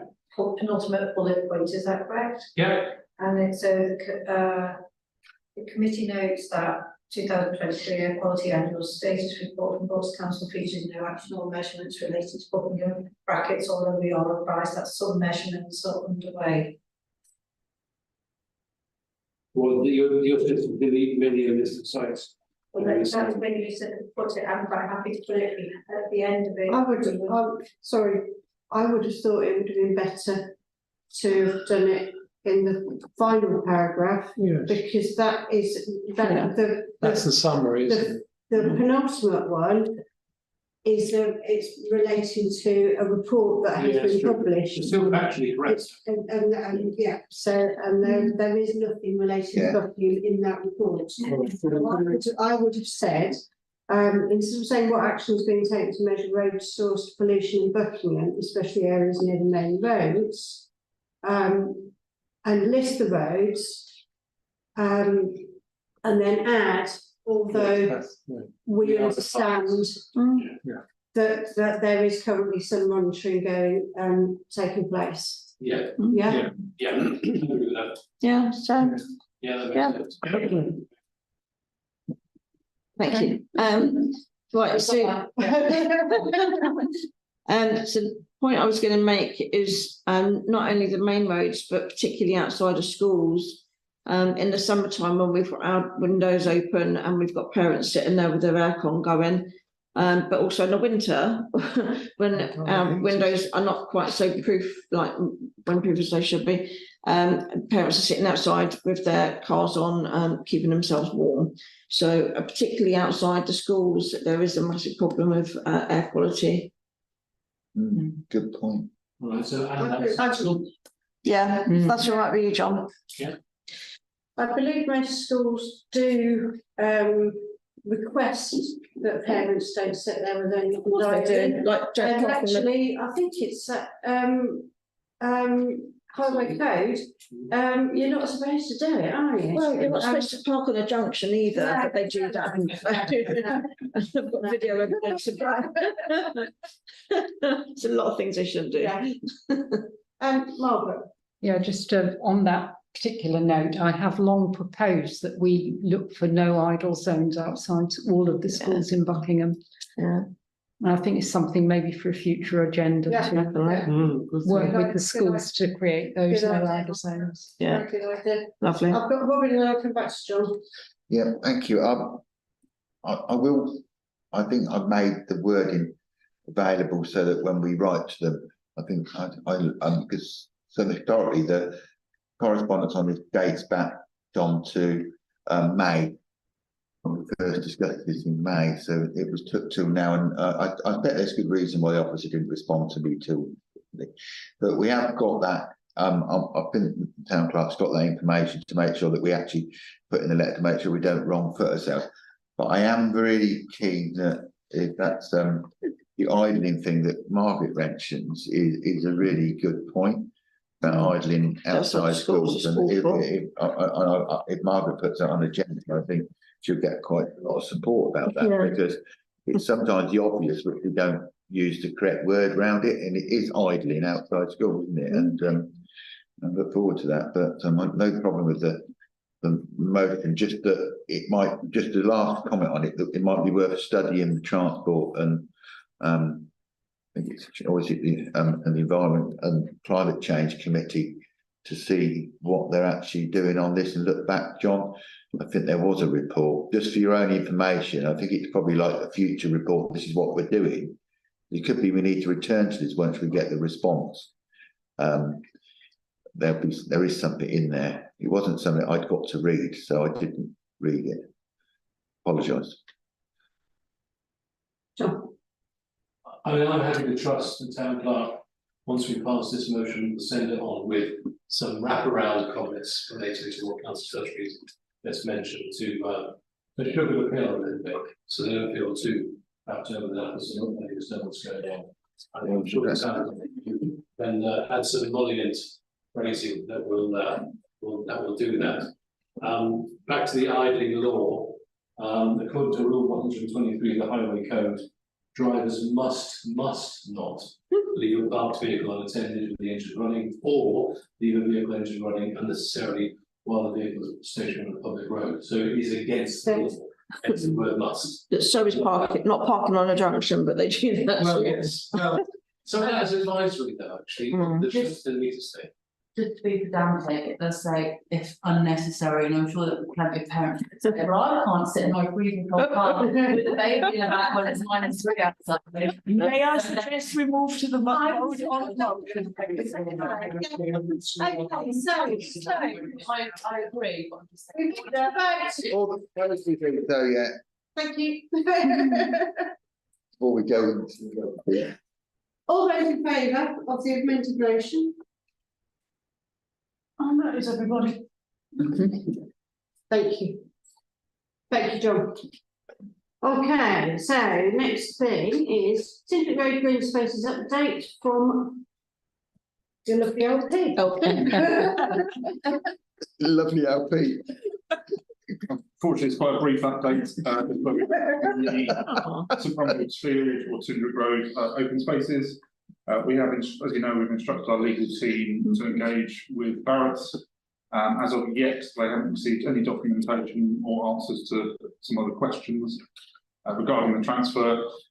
They have started the process. They've agreed the fees, and they've asked a few other questions about maps that weren't up to scratch, but nothing yet back from Barrett's. I have also chased Barrett's twice now, just to try and get an update on where we are. No response. And regarding some other matters, including the draft backing on a bypass at Tingewick Road, which hasn't been re-adopted yet, back from Barrett's. So I'm getting no response on that one. They have put a planning application in to slightly change the route of one of the footpaths, the one that goes from the estate to the railway walk. We were in discussions with Barrett's in June time to slightly alter one of the routes, just so that the slope wasn't more than 1 in 12, so that disabled access. We agreed with that as long as it met all planning regs. Just noted on the last round of planning that it is in for planning, so that is slowly happening. But again, no real updates from Barrett's on when the handover may happen. They were talking a long time ago about January. Obviously, that's going to be here very quickly, and as soon as we get more information, I'll bring it back to this committee. Thank you. Thank you. I think Lisa. I was just going to ask, because I didn't know, is that to do with the management of the green spaces? Because I know the residents of St Bromwich Fields are furious about the current management. So they were meeting with the current management company. They've already done a meeting and they were going to do some more and potentially look to elect their own management company, which I don't know. I mean, Barrett's probably not quick at getting back. I just didn't know if that was relevant. So this is regarding all the play areas. So there's 3 play areas. 2 have been built and opened, and they are managing themselves at the moment. And then also the large green space by the well, and an area which they haven't actually built yet, which is, I think, where their site sort of stuff is in the corner.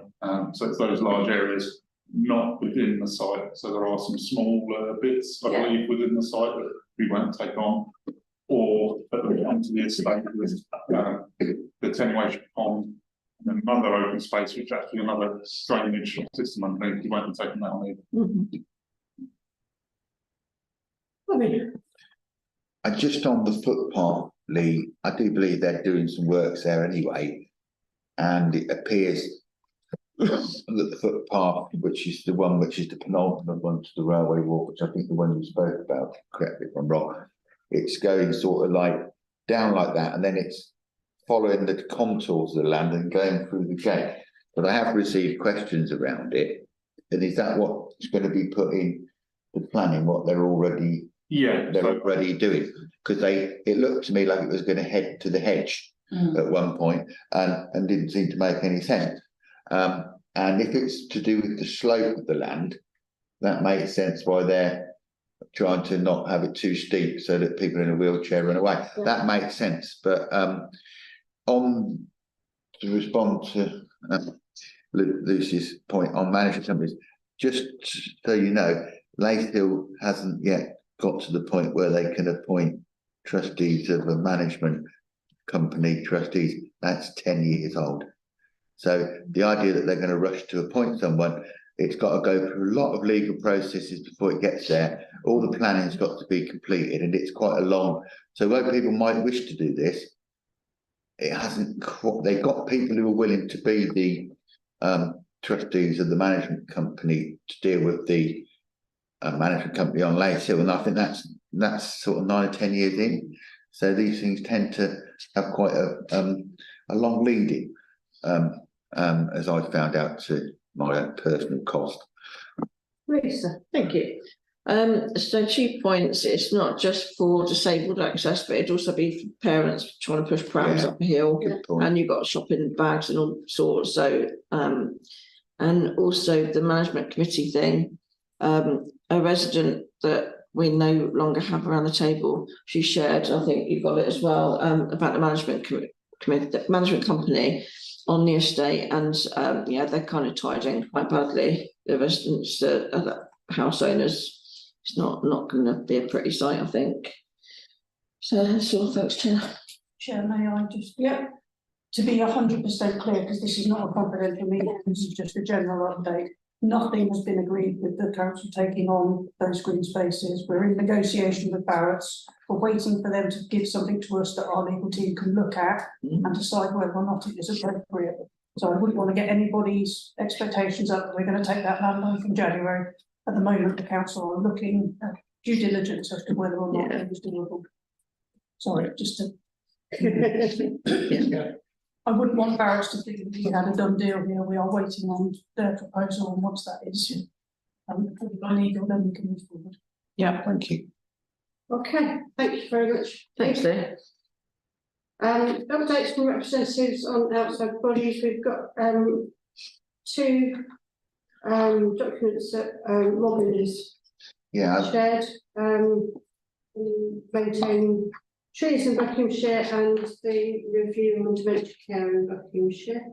I'm not proposing to talk through the review on dementia care. It's very long. Only the fact that we were we've been, I myself and others were involved in it, and it might be worth something to read to understand what they're planning to mitigate for whatever more as a source information for ourselves to see what Buckinghamshire is planning to do to make the dementia care process somewhat easier on the people suffering from dementia and the families. Just on the written response to the trees, you'll see that they seem to feel that when trees die at such a large amount, we just buy more trees and plant them, which rather makes it when they talk the amount of trees that we've planted in Buckinghamshire. Does that mean we have to count the amount of trees they planted in Buckinghamshire plus the ones which have died? So the amount of trees they planted in Buckinghamshire is not going to be a 500,000, it's going to be 100 or whatever thousand of the ones which survive. And it seemed that there was a huge, it cost £30 apparently to maintain a tree that they put it in. And it's quite interesting that I've been asked these questions. It was Councillor Davis and I were questioned about this when we were doing the Riverside Walk, I think, not River Rinse, that's it, thank you. and that came out of that. So that's what it is. But just for information, I did, those who aren't on the planning committee, I did inform the planning committee, I think, that the areas of land, the highway areas of land at Lace Hill have now actually been adopted. So I did go back under advisement from the planning clerk just to check that the Lace Hill slope, which we all unitedly fought to actually get a slope in for the disability slope there, that's going to be adopted as well. So that's only taken probably 9 to 10 years. If we could get all the time that we've discussed it back, we'd all be a bit younger. But nevertheless, so that's just gives us the time scale. I will be I did attend Cabinet the other day and asked you questions. They're in the public domain. I'll save them for other council, but those things are environment-ish type issues. So that's why I'll concentrate on those. But please read the response from the Cabinet member on the written. This is public. It's quite alarming, really. That's the attitude that, you know, how many trees are dying and planting. Obviously, the photographs aren't keeping them alive. The councillors planting trees don't seem to keep them alive very long. You know, they probably, if we had, by the time the film was developed, perhaps the trees had perished. But it is quite a sad read. But thank you, Kimberly. Thank you, Robin. Any questions for Robin? So we move on to Buckingham Community Wildlife Project. Received notes from the meeting held on 18th of October 2023. Received. Thank you very much. Lace Hill Community Centre fees review. To receive a report from the town centre and the external facilities manager.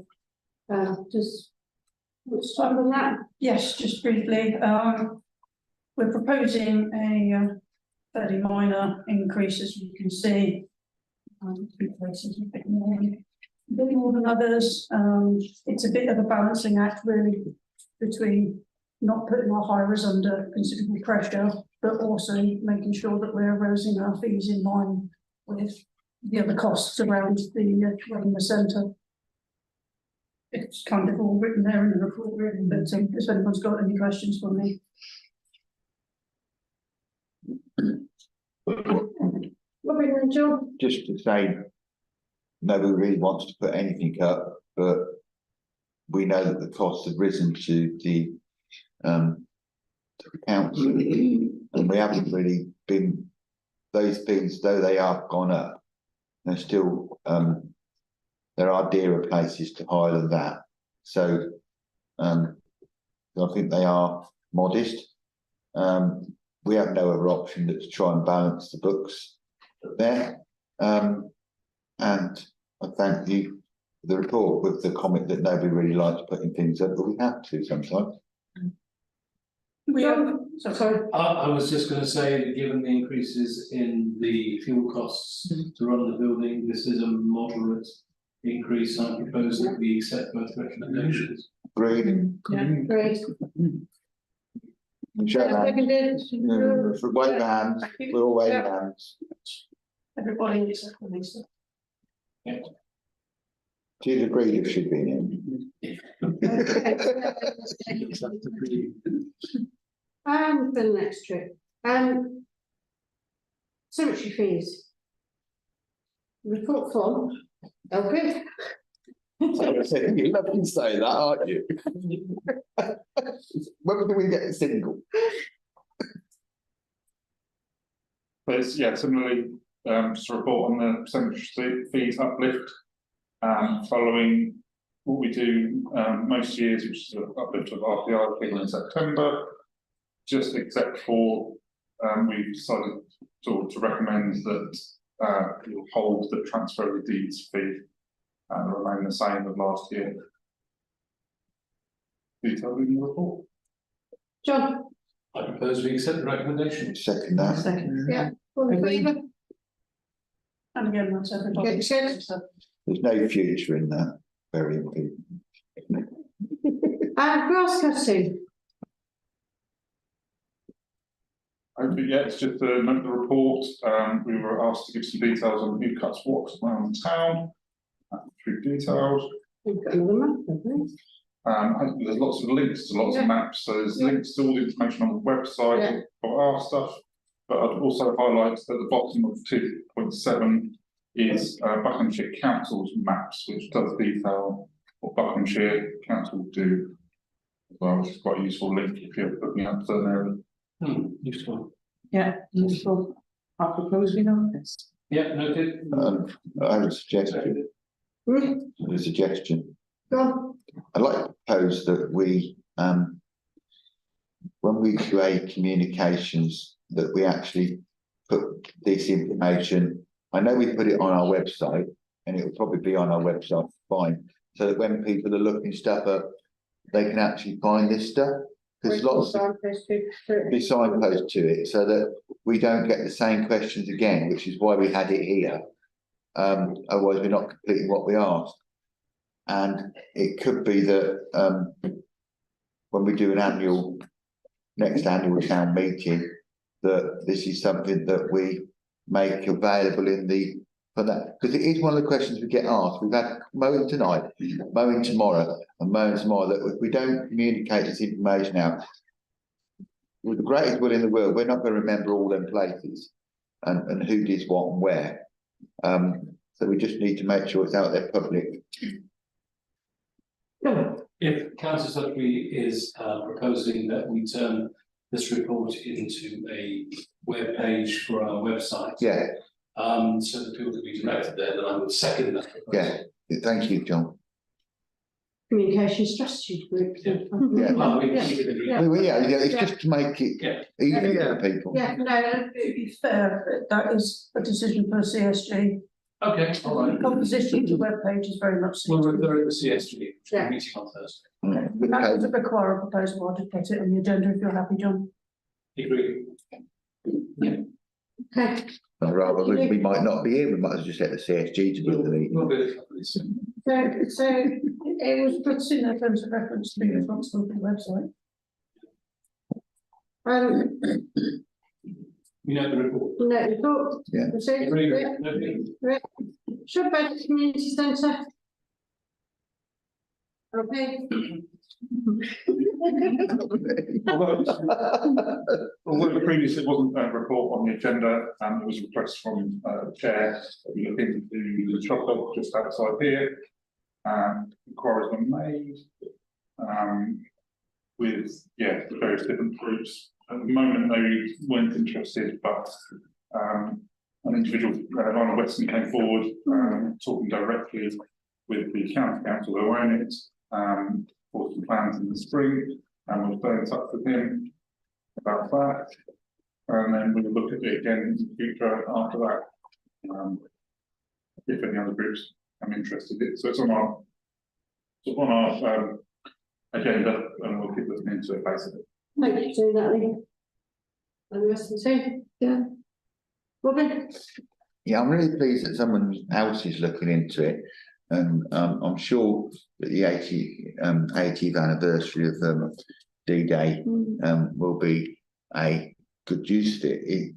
But if they're just going to do something temporarily, I think what the reason is, it's the maintenance of it thereafter is the reason why it was on our agenda, because it's not great. So I think we do not just leave it there, because it could be that it will come back to us. We need to at least ask them what they're intending to do with it and be involved in it, because it sits outside our council chamber. It appears in an action and a criticism in the best kept village and stroke town competition.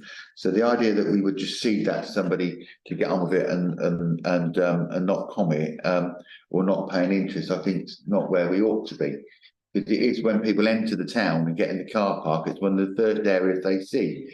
And that was precisely why I asked. Exactly. So this idea is exactly where I think we need to, we're just going to say, okay, well, this organisation wants to do it, so we will not pay an interest in it. I think we have to pay an interest in it because it's the commercial entrance into the town, so we need to find out what they're going to do, and we need to understand. Yeah, so Robin, the 2.4 on the report, the town council's estates team is offered to put the county council in contact with other local schools or volunteer organisations should more resources be required. So it's in hand, I believe, from that. Yeah. Lisa, thank you. My suggestion is could it go on our action list so that it isn't forgotten? Thank you. And we keep an eye on it, and then it's just something that's added there. Is that right? Yeah, good. Thank you.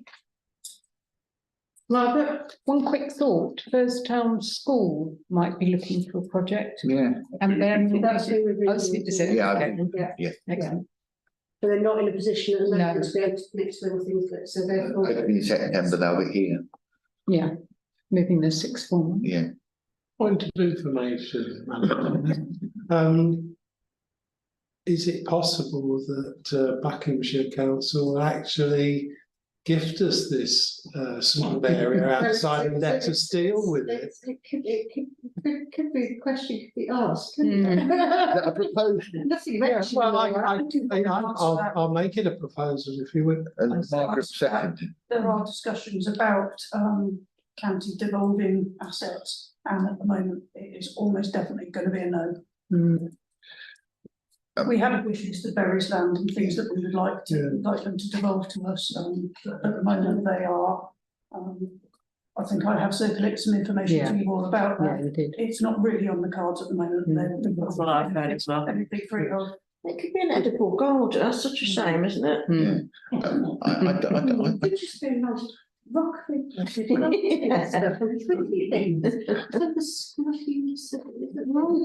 Could I just comment, Madam Chair, that it's ironic, based on what the town clerk has just said, that Buckinghamshire Council don't actually maintain it in any sort of order. Exactly. I think it's called sour grapes or something. No.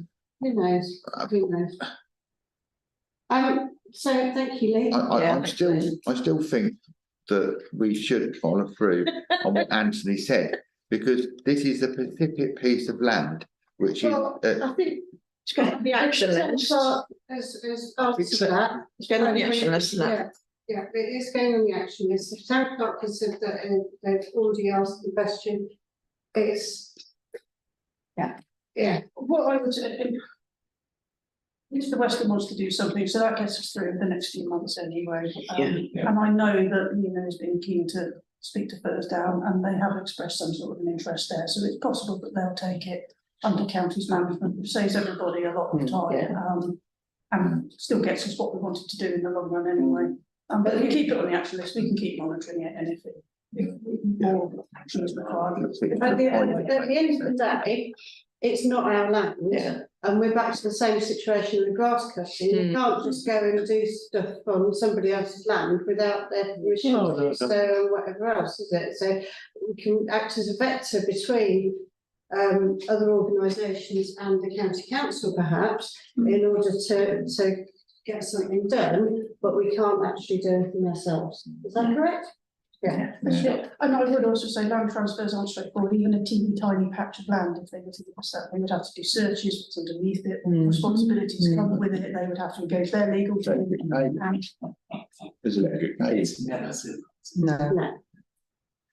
So, thank you very much. Noted. Noted. Excellent. Good. On we go. Climate Emergency Action Plan. We've got any updates on that need discussing? Propose we note the report and thank the officer for the work undertaken. Yeah, agreed. Agreed. And then we move to action report, updating information. Is there anything that we need to talk about on that? Any questions on anything?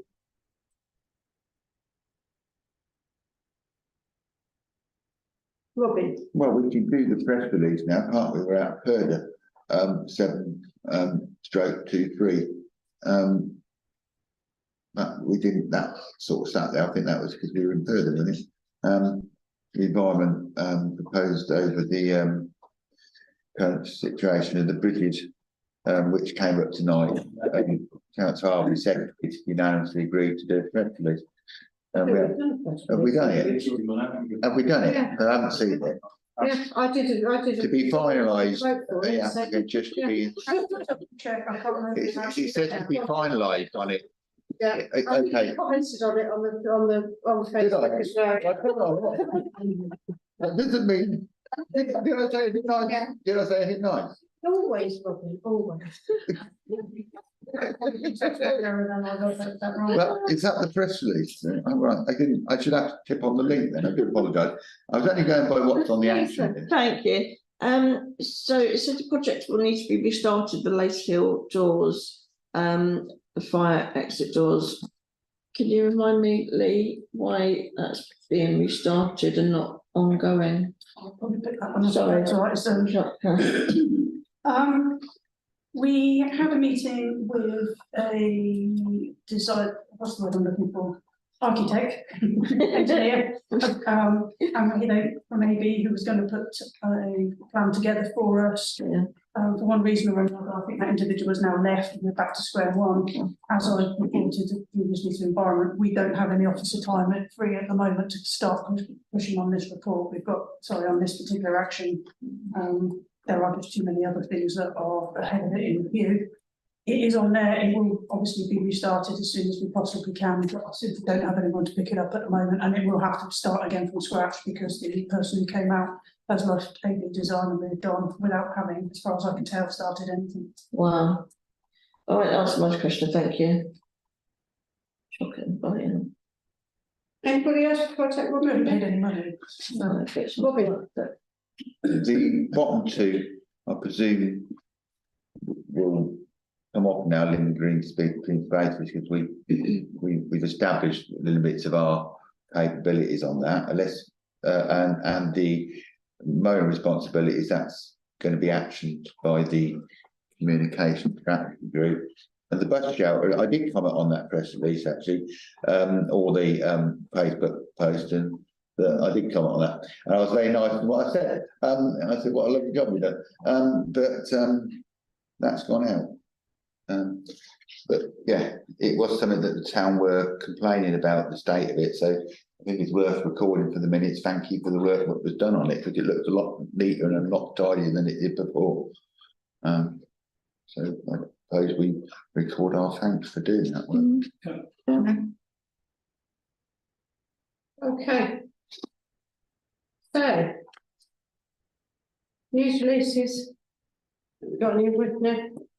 No, we're still clearing the backlog, obviously, we had a few weeks of purdah, so there are a lot. Yeah. We can't just throw them all out in one go, because some of them will get missed, so that's what we need to put through. Chair's announcements, I don't think we've got anything. Date of next meeting, Monday the 19th of February 2024. And we now move to go into private. Suppose we do so. Yep, Thank you very much. That's unanimous vote.